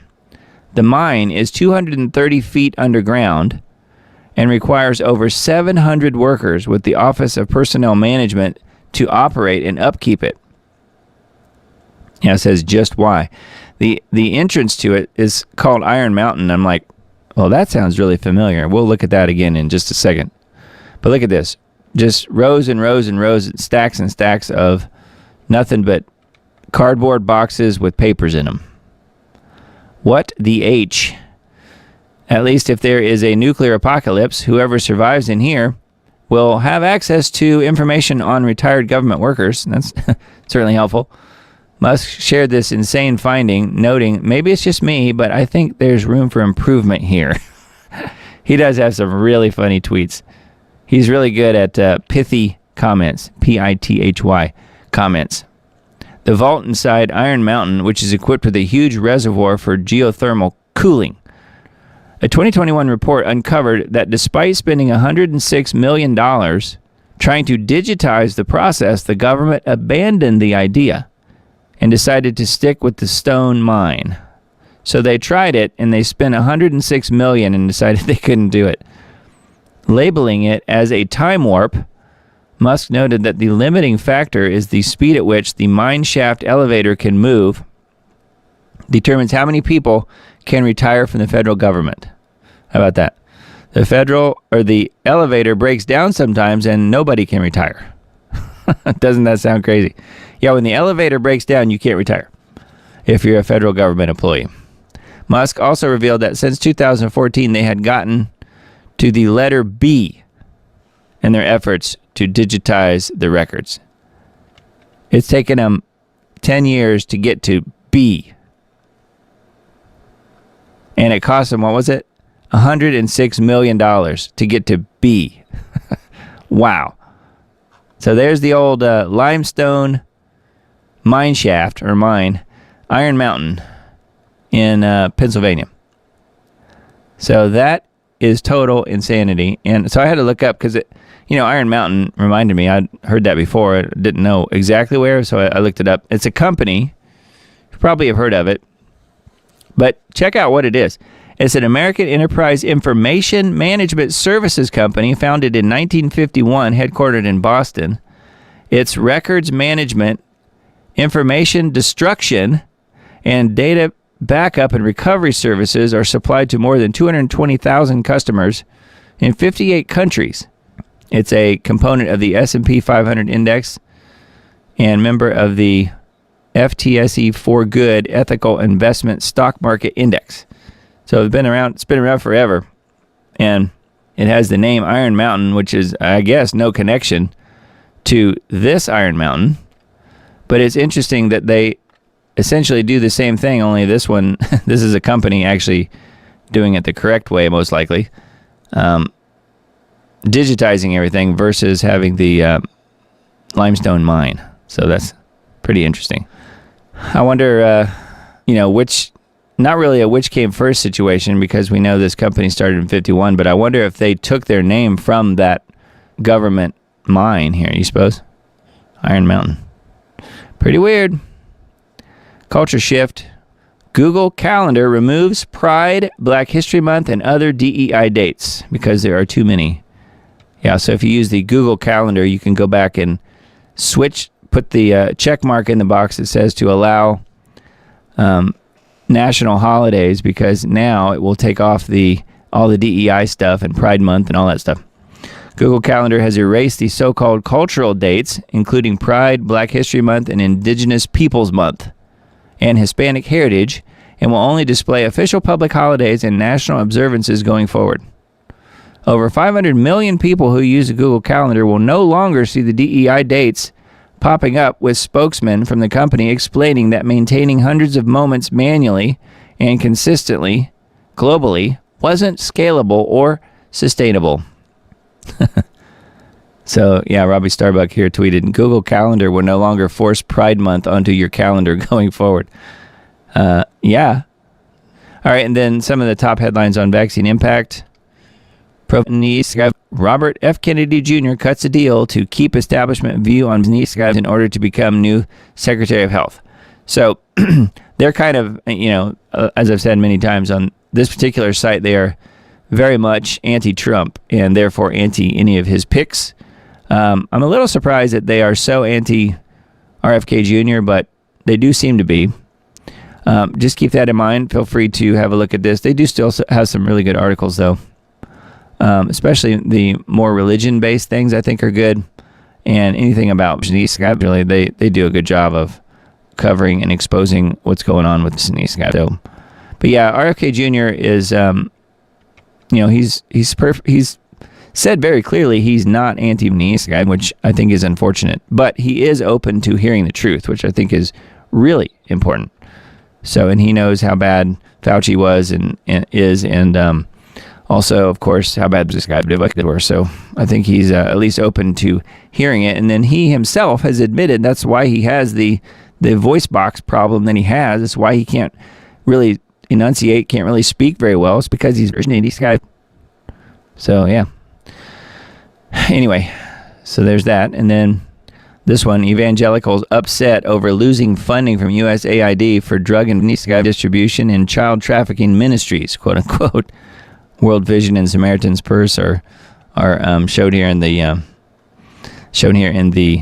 thumbnail. So that is vaccineimpact.com. And then this one on Israel 365, we're talking about the whole Trump and Israel thing. Vital arms withheld by Biden, delivered by Trump. We kind of covered that a little bit ago. I showed you the article about that. Shipment of 1,600 2,000-pound bombs. So don't you know they will be putting them to good use very, very soon. Again, probably bombing more of Gaza if there's anything left. And then who knows what else. Perhaps Lebanon as well. I don't know. Anyway, that is on Israel365news.com. And then GeoWatch for this week. February 15th, which was yesterday, dangerous freezing rain event triggered ice storm warnings for more than 1 million people. Winter storm blast Pacific Northwest, leading to chaos on multiple highways around Portland. More than 100 cars on Oregon Highway crash in whiteout conditions. Weekend snow ice storm to snarl travel from Midwest to Northeast. Welcome to the world of chemical ice nucleation, cloud seeding, and engineered flash freezes.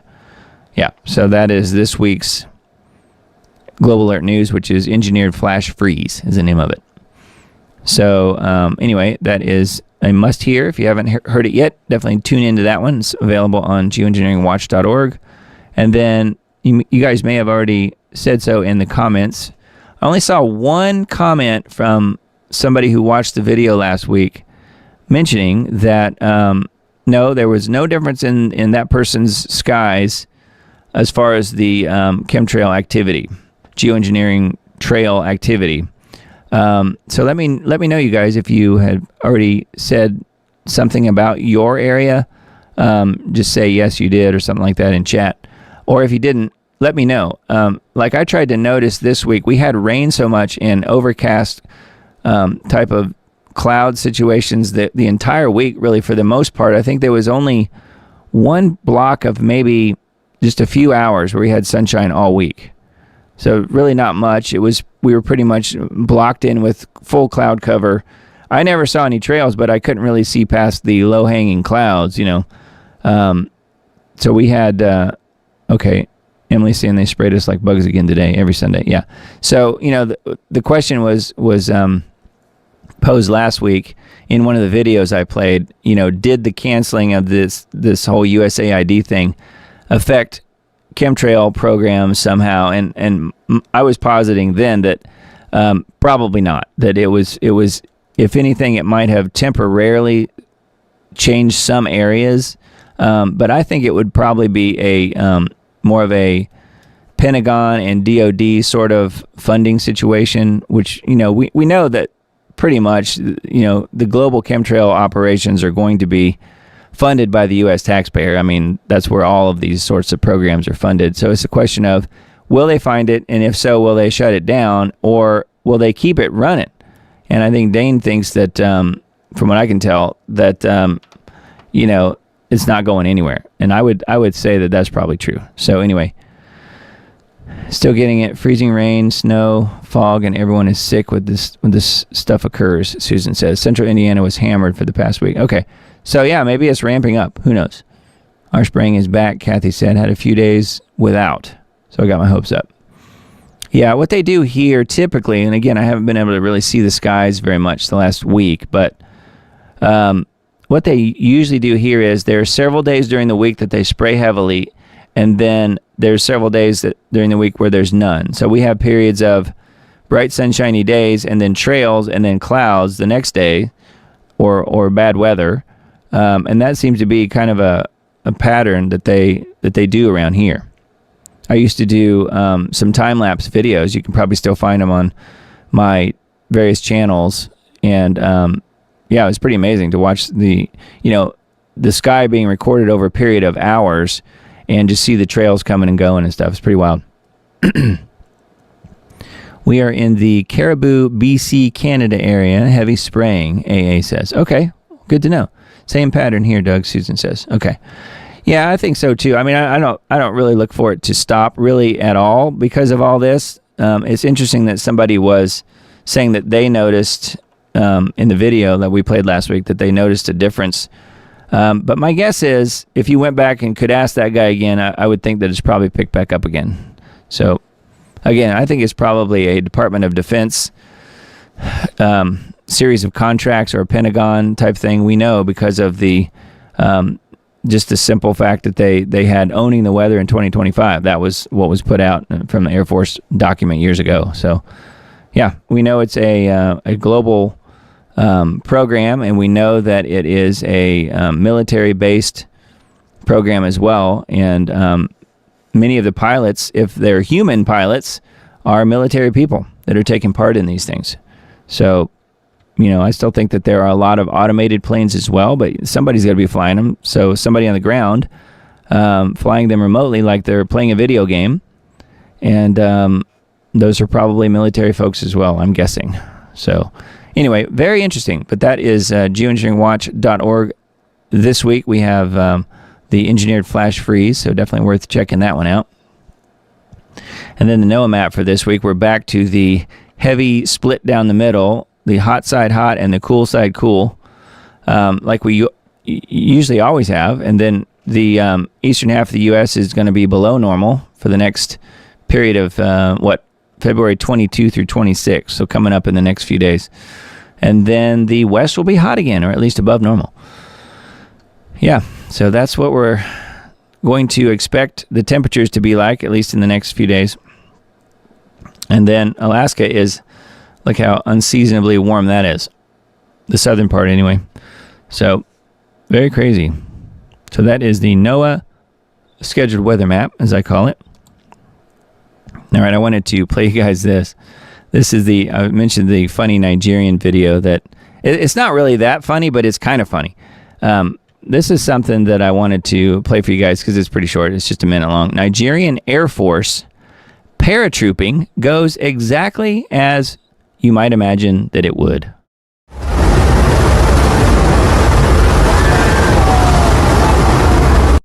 Fit and knees together, fit and knees together, fit and knees together, fit and knees together, fit and knees together, God! It's like you lose control. Please take him to the next side. They go us now. Since I will land on top of that. Why are they even doing this thing for goodness sake? So it's trying to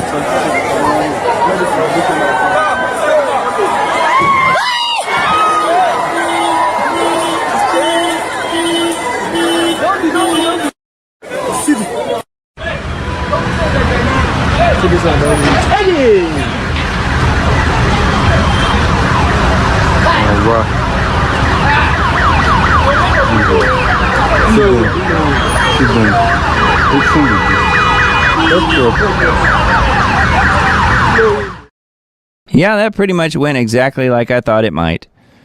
That is hilarious, yes. So yeah, the guy smashes into the sign there at the end. So I guess they didn't actually time their jump right to where they missed the city. But yeah, it was real. It was real. Yep. Paratrooping Nigerian Air Force. So they were just doing a practice run, I guess. And I don't know, I guess most of them probably lived through it. I don't know. But the one guy hit the car and was just like laid out flat on the ground. So who knows? Let's see here.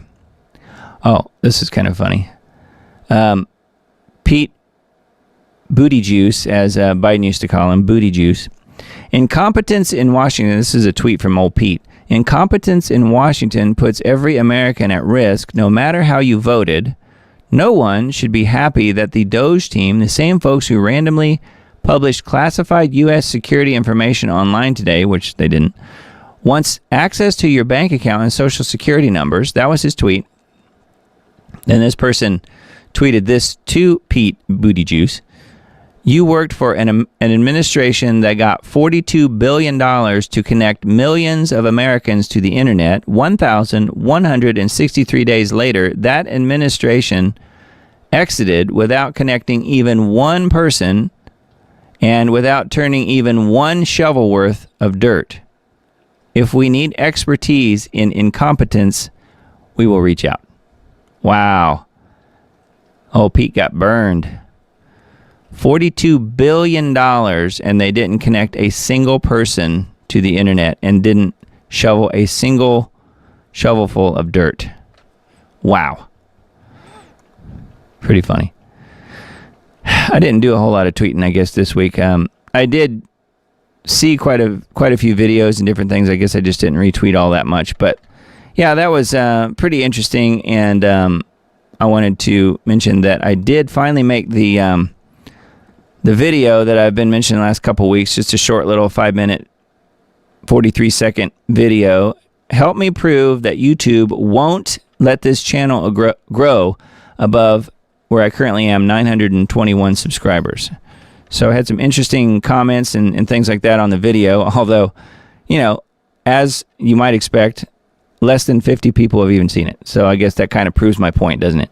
But I made a video saying that I don't think that this channel will be able to grow, the YouTube channel will be able to grow much at all above 921, and made my points about that. So I did make that video and would certainly appreciate it if you guys wouldn't mind sharing it just to see if anyone else out there has any thoughts on what's going on. But I make a pretty good case, I must say, that I don't think that YouTube will allow the channel to grow. And one of the comments that was left I thought was really interesting, saying that if I just remove the name Lord, and if I just take the word prayer out of my channel name, everything might just be fine. And I'm like, well, wait a minute. I don't think I want to take out Lord and prayer from the channel name. Because if I do that, it kind of defeats the purpose of the channel from the beginning. It's called Take It to the Lord in Prayer, End Times Dates. So, anyways, yeah, so I would appreciate it if you guys wouldn't mind at least checking the video out and sharing it. If you don't mind, friends and family, anybody you think might be interested in this channel's content, the videos I'm putting out there, End Times Dates videos, of course, that are on there, and then this show every week. So I'm just trying to figure out if I can get above 921, can I stay there? Because so far, anytime I've gone just slightly over that, it's been brought back down to 921. And right now I'm sitting at 920. So I've actually lost subscribers. And it stayed exactly the same since I put this video out a couple days ago. Or I guess it was yesterday.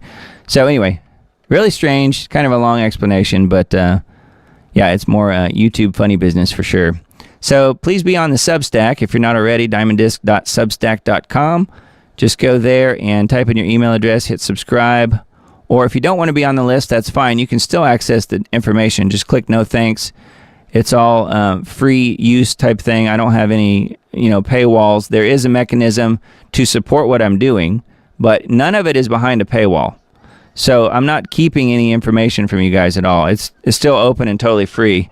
So it's available. It's there. Just go to the Substack there and just click no thanks if you want. You can still access everything. Like, for instance, the most recent post that I did was just announcing the show tonight. It has the links for tonight's show and so forth. And then over here, you'll see the most recent show. We have the post about the links that had last week's show links, and then also the post about the podcast, which is simply the audio podcast of last week's show. So it's called Officially Sanctioned Money Laundering was the name of last week's show. So anyway, that is the Substack page, and then if you scroll down just a little ways, you can see all of my other links to the other platforms I'm on. I did add Parler back on here. I noticed, and I mentioned in the band group, that I didn't realize Parler was back, or maybe it's been back and I just didn't know it, but it seems to only be an app now, although it does run on desktop just fine. You can still, if you're just using a desktop like I am most of the time, you can still pull up parler.com and log into your account there if you had one. And mine's still there. I was surprised. It had been 700 and some days since I had posted anything. I thought that was funny. But yeah, it is still there. It's Diamond Disc on Parler.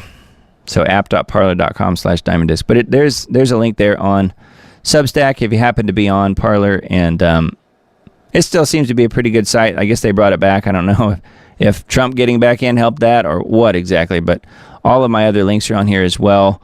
Apple Podcasts and Spotify are here if you happen to be partakers of audio-only podcasts. This show will be available at some point tomorrow on Spotify and Apple Podcasts. They haven't kicked me off of there yet. I think it's because the actual podcast is hosted on Substack, and they're just linking to that file. So Substack's not kicking me off, and therefore they're not. So I think that's good news so far. So anyway, and then links to my Twitter, X, and YouTube, and Facebook, and TikTok, and which I'm not using really, Rumble, and BitChute, and Brighteon, and so forth, and so on. So there's quite a few here, including some other social media platforms you've probably never heard of, like CloutHub, and MeWe, and Getter, and some other ones that people are like, what? I've never heard of those. Telegram is on there as well, so if you're on any of those platforms, feel free to follow along with what I'm doing if you don't mind. It certainly helps me. Any of those metrics definitely help. And then if you want to help the show, help me defray the cost of putting out this show each week, then Subscribestar is really the best mechanism for that. Still got 6 subscribers on there, so thank you guys for subscribing very much. Certainly appreciate it. Got various levels, different tiers, where you can help me, again, with the cost of the show, starting at $5 a month. So tried to make it as reasonable as possible.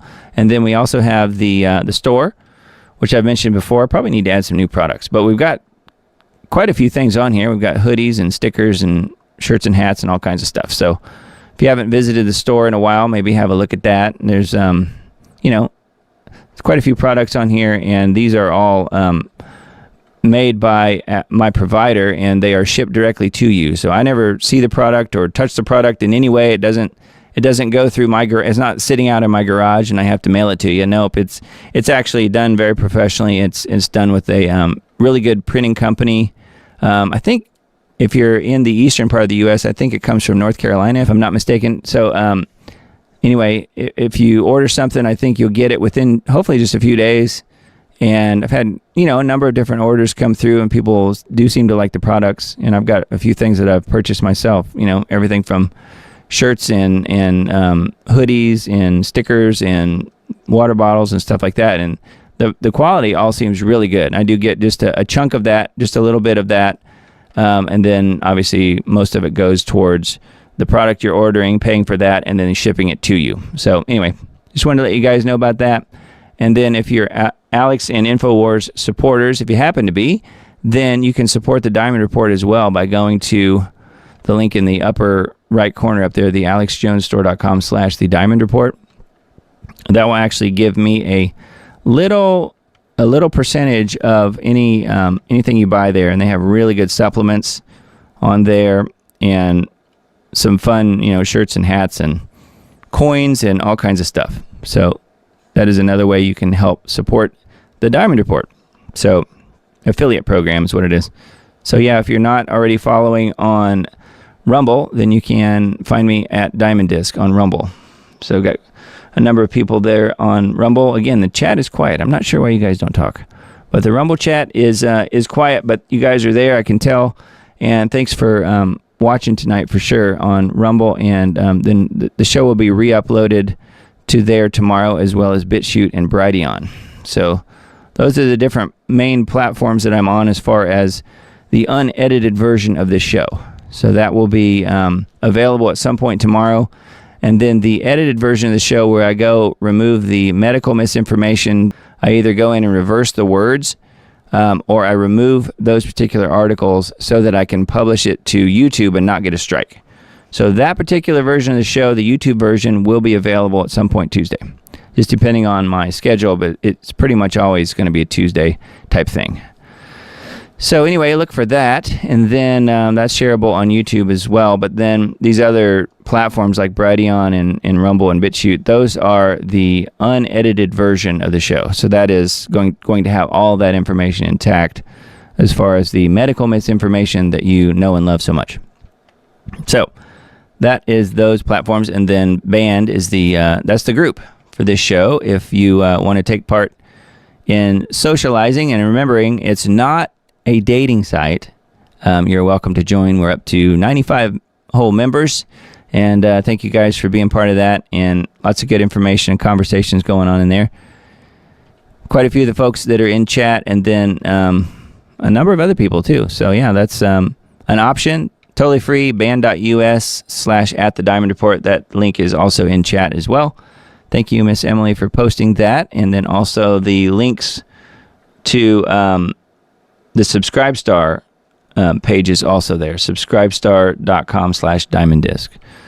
So let me see what you guys are saying before we move on any further. And I just want to make sure I'm not missing anything before we call it a night tonight and log off here. Let's see here.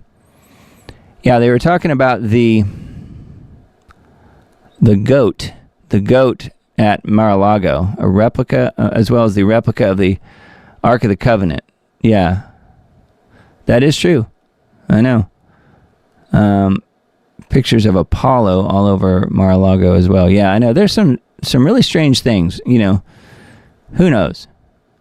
Who knows? And who knows if that was his doing or someone else, or... I mean, obviously he had to okay it. If it's things like a giant goat or a Ark of the Covenant, he would have to okay it and know why it's there, obviously. But it's just very strange. A perfect replica of the Ark of the Covenant. Yeah, that was there. Well, it's not exactly as it's described in the video series that I talked about when I went into the Ark of the Covenant and Ron Wyatt and his discovery of that. It's slightly different than that, but yeah, it's what everyone assumes it looks like. That's the one that was at Mar-a-Lago. I don't think it's there anymore. Yeah, OpenAI started as a nonprofit. I think it still is officially, although it's not open at all. It's totally closed, and it is for profit. I don't know how they're pulling that one off, but I guess they can do it. It's probably a bunch of Democrats running it, so yeah, they can do anything they want. Let's see. Susan says, eventually no one will be exempt from offering whatever their worth is to the beast system. It ends with them demanding your very soul. That's where we have to decide whether or not to comply. Yeah, that's right. I follow Christ, no man, no government, public declaration, or as they say, just saying. Well said. Yeah, that's good. Susan says, I've seen that Bill Cooper video. It was pretty deep. Okay. I'll have to go back and watch that. That was on Forbidden Knowledge TV, I think it was. Don't really know what to think about that, honestly. Oh, talking about the golden goat at Mar-a-Lago. Yeah, it's really strange. Yeah, it makes one wonder for sure. Yeah, bleach bit. We talked about bleach bit. The thing that came to mind when I heard the term bleach bit is I wonder if that's what Hillary used, because I think she actually used literal bleach. I think they used literal bleach to destroy the hard drives when they were talking about, what was it, the 22,000 emails or whatever that she had on her own servers. I heard at that time that they used bleach to destroy it, but it wasn't bleach bit software. I think it was literal bleach. Yeah. Watched most of the Saturday Night Live 50-year anniversary show tonight. Left me with one odd question. Okay. If Lorne Michaels became so famous and wealthy off that show, why did he appear to be so troubled and unhappy? Paul McCartney closed the show with a live rendition of Hey Jude. Wow. Yeah, I didn't know about that. 50 years, that's hard to believe. But yeah, Lorne Michaels he always seems a little sad. I haven't seen him in many, many years. I stopped watching that show a long time ago. I watched it back in like the 80s whenever it was pretty funny back then. But it hasn't been funny for a long time. Let's see what else. Should have called it the 5150 movement. Yeah, no kidding. Crazy people, right? People need to be in the nut house. Let's see here. Used to be Lincoln's birthday and Washington's birthday. They combined them into one day. Yeah, okay. So, yeah, thanks, Kathy. That's what I thought. President's Day is not about the current president, so therefore the crazy protest really, I mean, you can make the point, I guess, but that's not what the holiday's about. It's not celebrating Trump at all. It's celebrating Lincoln and Washington combined into one, put on a Monday, so you get the day off if you work for the federal government or if you work in a bank or whatever. Like, I will not get the day off tomorrow. I don't know if you guys do, but I'll be working. I'll be working on this show, actually, and then some other stuff. Public school has become dangerous to children. Yes, it sure has. Long time ago, I think. Talking about the unhinged teacher meltdown. Yep. Wow, that was crazy. Kathy says, I think the government owes me $1 million. I'll take it in small bills, please. Yeah. You might want to get it in gold bricks.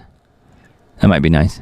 Should we expect another pre-9/11 announcement that $23 billion has gone missing? That wasn't it 2.3 trillion? Wasn't that what it was? Is that what you're talking about? That's Susan who mentioned that. Yeah, that was the multi-trillion dollars that went missing before 9/11. Yeah, that's a good point. I don't know. Let's hope that doesn't happen again, but who knows? From the Pentagon. Yeah, that's what it was. Yep. It got hit by a plane the next day. It got hit by a missile the next day, actually. There was no plane. So that was kind of the whole thing. I mean, I don't know if you guys, I've mentioned this before, but I'll mention it again. Dr. Rima Lebeau, who had been on Lost Arts Radio multiple times, many, many times, probably the guest that we had on the show the most frequently. I know Dr. Rima really well now, but going back over years, she was married to General Burt Stubblebine, who was a very well-known Army, I think it was, general, and he ended up having to leave the military because of some of the things he was talking about that he saw. And one of those things, if I remember right, one of those things was, he was one of his jobs was to review the video data caught on and pictures caught in certain situations like that, and he saw that it was a missile that hit the Pentagon. And he was out there talking about it, that it wasn't a plane at all that hit the Pentagon on 9/11. It was a missile. So, yeah, it was one of those things that kind of got him into some deep doo-doo, and he ended up having to leave the military. I don't know if it was just about that or not necessarily, but, yeah, that was not a plane, which explains why there were no pieces of any planes found in the Pentagon. Yeah. Just a big hole in the building. Yeah, a plane that made a hole too small for a plane. Yep, it was actually a missile. Kathy mentioned that. Yeah. Where are the remains from anything anywhere? The crash site in Pennsylvania is the biggest joke of all, or was it Building 7? Or I could go on. Yeah, I know. That's a good point. The whole 9/11 thing, the plane crash, quote unquote, in Pennsylvania resulted in no pieces of any airplanes and no dead bodies. So figure that one out. It was just a hole in the ground. So I always thought that was a missile too. I don't know what that was exactly. They made passports indestructible back then. Yeah, I know they did, and that was nice. That was nice that they did that. And also, if they're going to make black boxes, why can't they just make the entire plane the black box? Then the plane would survive in any crashes. Then you wouldn't have that problem. Yeah, none of the black boxes survived. That's true. Yeah, and they did find an engine, I guess. They did find an engine in the 9/11 New York City building. They found a plane engine or two or something, but they were mismatched. They weren't the correct engine or something for that particular model of plane or something. I don't know. I forget the details now. It's been a while. Did they measure how much booty juice he produced? Yeah, booty juice, that was what Biden called him.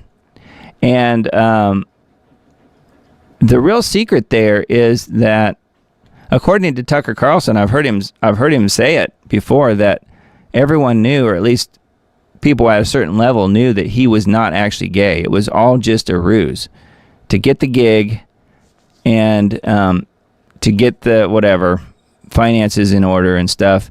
And yes, he supposedly had a husband and all this stuff, but all that was fake. And I don't know if that's true or not. He may actually be gay, but the story was he wasn't really, which, if you would have brought that, if that would have actually come out during that period of time, he would have been run out of town on a rail, wouldn't he have? If he was pretending to be gay and to get the advantages and then not actually gay, that would have been far worse, I think. And he probably wouldn't still be around if that were the case. Because those are some of the most violent people anywhere in the whole world, are the people that are of that persuasion. And, man, if you give them a gun, watch out. Not good. Yeah, so I'm looking to see what else there is here in chat. There's quite a few comments here. I'm just trying to hit them all. Auto Trader censored me when I said, God bless you. Wow. It posted it as ****, bless you. Auto Trader? Wow. We don't allow God. Not an Auto Trader. Huh. That is weird. Yeah, I remember, we were talking about some of the older social media platforms earlier, and I mentioned Parler. One of the platforms I got the most censored on was Nextdoor. You guys remember Nextdoor? I guess it's still around. I don't know. But I was on Nextdoor briefly, and of course it's just people in your local area. And within about a day, I had people wanting to kill me. Literally, they wanted to kill me. They wanted me dead because all I did was I posted something on Nextdoor about refusing to have my temperature taken when I went into, this was during COVID, refusing to have my temperature taken when I went to the dentist. And I had probably 5 or 6 people tell me they hoped I got COVID and died. They literally wanted me dead. And were I would say all too willing to help me get there too. So that was courtesy of Nextdoor. So if you're on Nextdoor, you might want to check your 6, as they say. Susan says, when we're blessed in unexpected ways, pay it forward to support your fellow truthers who put it out there for you. Love you, Doug. Appreciate you sharing all the current events and giving a grin. Oh, yeah. Well, you're welcome. You're welcome. Thank you, Susan. You've been very, very helpful, very much a supporter of this show, and to you, I am very thankful, as all of you guys. So, stratospheric aerosol injection. Turn the sky into haze, Tommy says. Yeah, that's what, yep, SAI. That's one thing it is. It's also known as SAI. It's got a lot of names, doesn't it? You could just say aerosols, but yeah. I always watch on YouTube just for this chat group. You're all wonderful, Kathy says. Yeah, the YouTube thing's funny because sometimes I'll go in and reverse certain words. Like I do audio editing professionally, so I can zero in on one word and reverse it. And I've jokingly said it sounds Russian when I do that. Why is that? I can take something that I'm saying, whether it's a phrase or one word, and reverse it, and it goes from English to sounding Russian. And I'm not even Russian. That's pretty wild. But yeah, some people write in the chat and they'll be like, "What's wrong with your audio?" And I'm like, "Well, I had to reverse it on purpose so that the YouTube algorithms don't pick it up and either give my channel a strike or remove the video or whatever." So I remember when Doug played Loose Change on here. Yeah, I did. Yeah, that was a couple years ago now, but yeah, thanks for remembering that. That's been a while. That was a watch party. We did several watch parties. Those are still available on my various channels. If you go back a couple years, yeah, we watched Loose Change and a couple other things. We did the Sandy Hook video too. We have to talk about Sandy Hook. That was another one that we watched. We have an amazing group of people in this chat every week. Yeah, we do, and it starts with you guys. The scar in the earth in Shanksville was already showing on Google Earth years before the crash. Oh, okay. So it was no crash. It was just a hole. That's crazy. Emily says, I have next door. Yeah, watch your back for sure. Be careful. Well, no, it's probably fine now, but at least during COVID, people were hysterical anyways. So yeah, people, just because I wouldn't get my temperature taken at the dentist, I refused to do that and then ended up not even having my appointment that day and just leaving because they didn't want to expose anyone to my health. I mean, that would have been terrible. Yeah, I remember putting that on Nextdoor and people were just saying, "Oh, I hope you get COVID and die," and all this craziness, I would never say that to anybody, online or face to face, either one, and I don't think those people would say it to your face, but they certainly didn't mind chiming in and calling for your death online for sure when they have no picture of who they actually are on there. Yeah, didn't he chest feed the baby? You talking about booty juice? Yeah, I think he did, but you have to do some sort of psyop programs and make pretend if you're lying about stuff. So I don't know. I'm not sure I buy that whole thing that he's actually gay. He doesn't really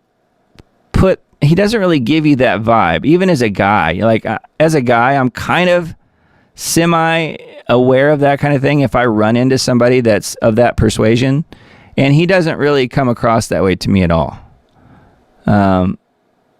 So I don't know. It could be that it's all true and he really is. I have no idea. I'm just saying, I know Tucker Carlson has been saying previously that he's not, that it's well known that he's not actually gay. So you would think that would make those people super mad, that he's pretending to be just to get the goodies, which means the job. So I saw a lot of hate for our opinion on things on Nextdoor. I never communicate on there, Emily says. Just a good way to keep tabs on what's happening in your neighborhood. Yeah, I guess it is. Yeah. I could probably go back. I didn't actually get kicked off of there now that I think about it. I think I had to close my account. I think that's what it was. Because they wouldn't let me post anymore. Like I was kind of banned. I could still read them, but I couldn't do any postings. So that's what it was. Yeah, full of crazies. Yep. Love listening to Russians speak, Kathy says. Okay, well, I'll have to make a recording of this show and just reverse all of the audio so you won't be able to understand anything I'm saying, but it will sound exactly like Russian. It's weird. Rumble is way better than YouTube. Poach members from YouTube to come to Rumble. Rolling Pony says, thank you. Yeah, we have a comment over there on Rumble. So yeah, if you guys aren't on my Rumble channel, you should be. It's got as much good stuff or better than YouTube does for sure. So yes, thank you, Rolling Pony. Appreciate the comment. Doug is a bad neighbor next door. ROFL, rolling on the floor laughing. Germans, not so much. Yeah, I know. Don't bring up the Germans, though. We know what they started. They like to start wars. And it sounds like they're trying to get World War III started, too. Or at least the UK is. I don't know. Anyway, I guess that's all I had for you guys today and this week. So let's see. The next show will be, what? The 23rd. February 23rd at 10 p.m. Central Time. That's when the next show is. And I guess that's it for me tonight, unless you want to ask any other questions or anything. This we can call it a night. It was kind of a long day for me, doing various and sundry things, and got a long day tomorrow as well. So anyway, I think my health is better. I think I'm pretty much over the old walking pneumonia. I haven't felt like I've had a cough, so that's really good. I hated that. That was really kind of a nightmare, kind of a mess. But yeah, it's always good to have your health back for sure. Thank you guys so much. Appreciate it. God bless you guys. Hope you guys have a really great week coming up. And definitely stay in touch. Stay in touch through Band. That's an option. It's there on your screen, the band group, the Diamond Report on Band. And then, you can leave comments on any of the videos and the various platforms and so forth. I'm trying to balance this whole thing of Trump versus anti-Trump, right? So I'll just share this with you guys without mentioning any names. I have a group of people who really are disliking that I'm supporting anything Trump is doing. So, and I understand that to a degree, but I don't particularly find the guy evil. Is he doing some bad things? Yeah, he is. But I think the good right now, to me, the good is outweighing the bad. I am not what you would call a political purist. I'm not a political perfectionist. I don't have to have someone be 100% perfect, meaning thinking exactly the way I do, before I would support them. And like RFK Jr., I do support a lot of what he does and says and talks about. Not everything. And, just like Trump and just like Musk, I think they're doing some good things. That doesn't mean they will continue to do good things. And if they stop doing what they say they're doing, then I will call them out. And right now, there's some really questionable things, like the whole goat thing and the Ark of the Covenant thing and all these things that we're finding out little by little, or that has been out there for a long time on Trump. And right now, for me, the good is outweighing the bad. So I'm not going to condemn him. I'm not going to throw a stone at him, So to me, it's important to put that out there, that while I do not support his stance on Israel, I think that he believes that Israel is God's chosen people. I think he's really that idiotic, honestly, about that. But I used to believe that too. I used to, and probably many of you guys do as well. You probably did as well, believe that Israel is God's chosen people. And then your eyes are open to it, and then you start realizing, hey, wait a minute, these people over there running that country are literally just genociding the Gazans. They're literally killing the Palestinians, and there's so many things. And they were involved in 9/11 and all these different things. I don't think he is willing to admit it, or doesn't want to look at it, or I don't know what. I don't know. I can't know that. But, the whole Israel thing to me is a huge one. And then, of course, the whole technocracy, surveillance grid system that he right now seems to be looking toward doing. I think he's doing some good things, but Musk and Doge are doing some good things as well. And Musk has been out there years past doing some crazy weird stuff that's really bad. But I think overall lately they both seem to be doing better. So I'm trying to give them the benefit of the doubt without condemning them, if that makes sense. But anyway, I have had some friends who really dislike that I'm supporting Trump in any way and think that I should just totally condemn him. And I don't want to be that kind of person. I'm not that kind of person. So I want to try and give people the benefit of the doubt, even if it is the president of the United States, So Biden, I knew he was a fraud from the beginning, and that he got in through brazen election fraud. And that is exactly what happened with him. Yeah, Operation Warp Speed, never forget. I know, I won't. And, he still thinks, for whatever reason, Trump still thinks that pharma is good and that it's got to save lives, and they don't. And stuff like that. So there's some stuff that his eyes have been open to, other stuff he remains blissfully ignorant about. Like I mentioned recently that Musk just found out within the last 6 months or a year about fluoride. He didn't even know about that. So, there's a learning curve, I guess, as well. Yeah, he doesn't get a pass for that. I know, and that system, that program that was put into place hurt and killed many, many people. Millions of people, probably. We don't even know the numbers. But, some of the stuff Trump has done has been terrible. But on the other hand, who are we going to vote for? Kamala? I mean, we know what we'd have gotten there. So, Rolling Pony here is saying a couple more things. He's saying, put a link to your Rumble channel on your YouTube video description. Yeah, I do that. Those are there. Yep. Yeah, those are there, and thank you for the tip on that. I do want to get people subscribed on. We actually have more people watching right now on Rumble than YouTube. Right now, 19 people on YouTube, 22 people on Rumble. So congrats, Rumble, you win. Anyway, yeah. So that is. Are they consider these people more intelligent than the average one of us truthers? Yeah, I know. Yeah, they are very smart people. Going back to Trump and Musk, they are very smart people, but they haven't been able to figure some of these things out, and maybe they don't want to know. So they stay ignorant about stuff like that, and they're continuing to hurt people about certain things like that, like the whole Israel thing and the sneak skyping thing. So I will continue to call him like I see him as much as possible. I don't want to condemn the guy because I do think he is doing some good things. If that changes, I will certainly change my stance on that. And some people are so far in on the whole MAGA thing that they can't possibly turn around really now. Whereas I've sort of been like, okay, I'll just wait and see. I'll wait and see what he's going to do. And I've tried to do that, and he has done a lot of pretty incredible things since he got in. And you can make the argument, he let the J6ers have pardons and get out, but they shouldn't have been in there to begin with, right? But then again, there were so many of them in there that many of those people were picked up later after he wasn't even president anymore. So there's a lot of factoids and different levels to some of these different things that we don't always all think of. So I'm trying to be as fair as possible to everybody, and just know that I always say this, but the Diamond Report is not a cult. We do not all have to believe the same things and think the same things. Like, some of you guys are flat earthers, and you guys know I'm not a flat earther. I don't think that makes us mortal enemies.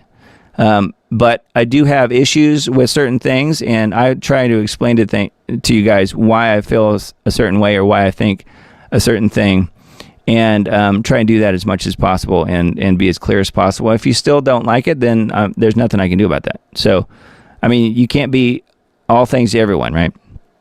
So hopefully you guys get something out of being part of this group and coming and being involved in the chats and or on band or whatever. And I hope you do. And if you don't, then I wish you the best.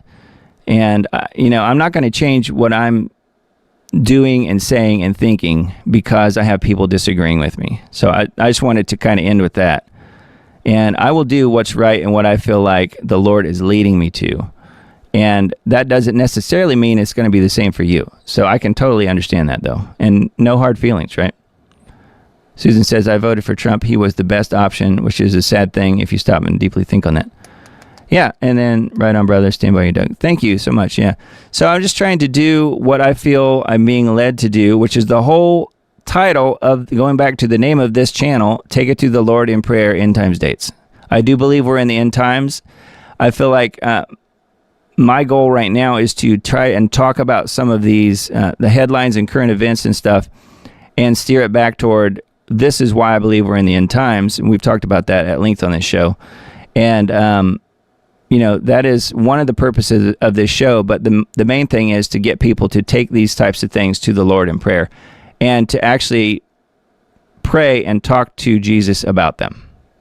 So that's what it's all about. So anyway, I'll leave you guys with that.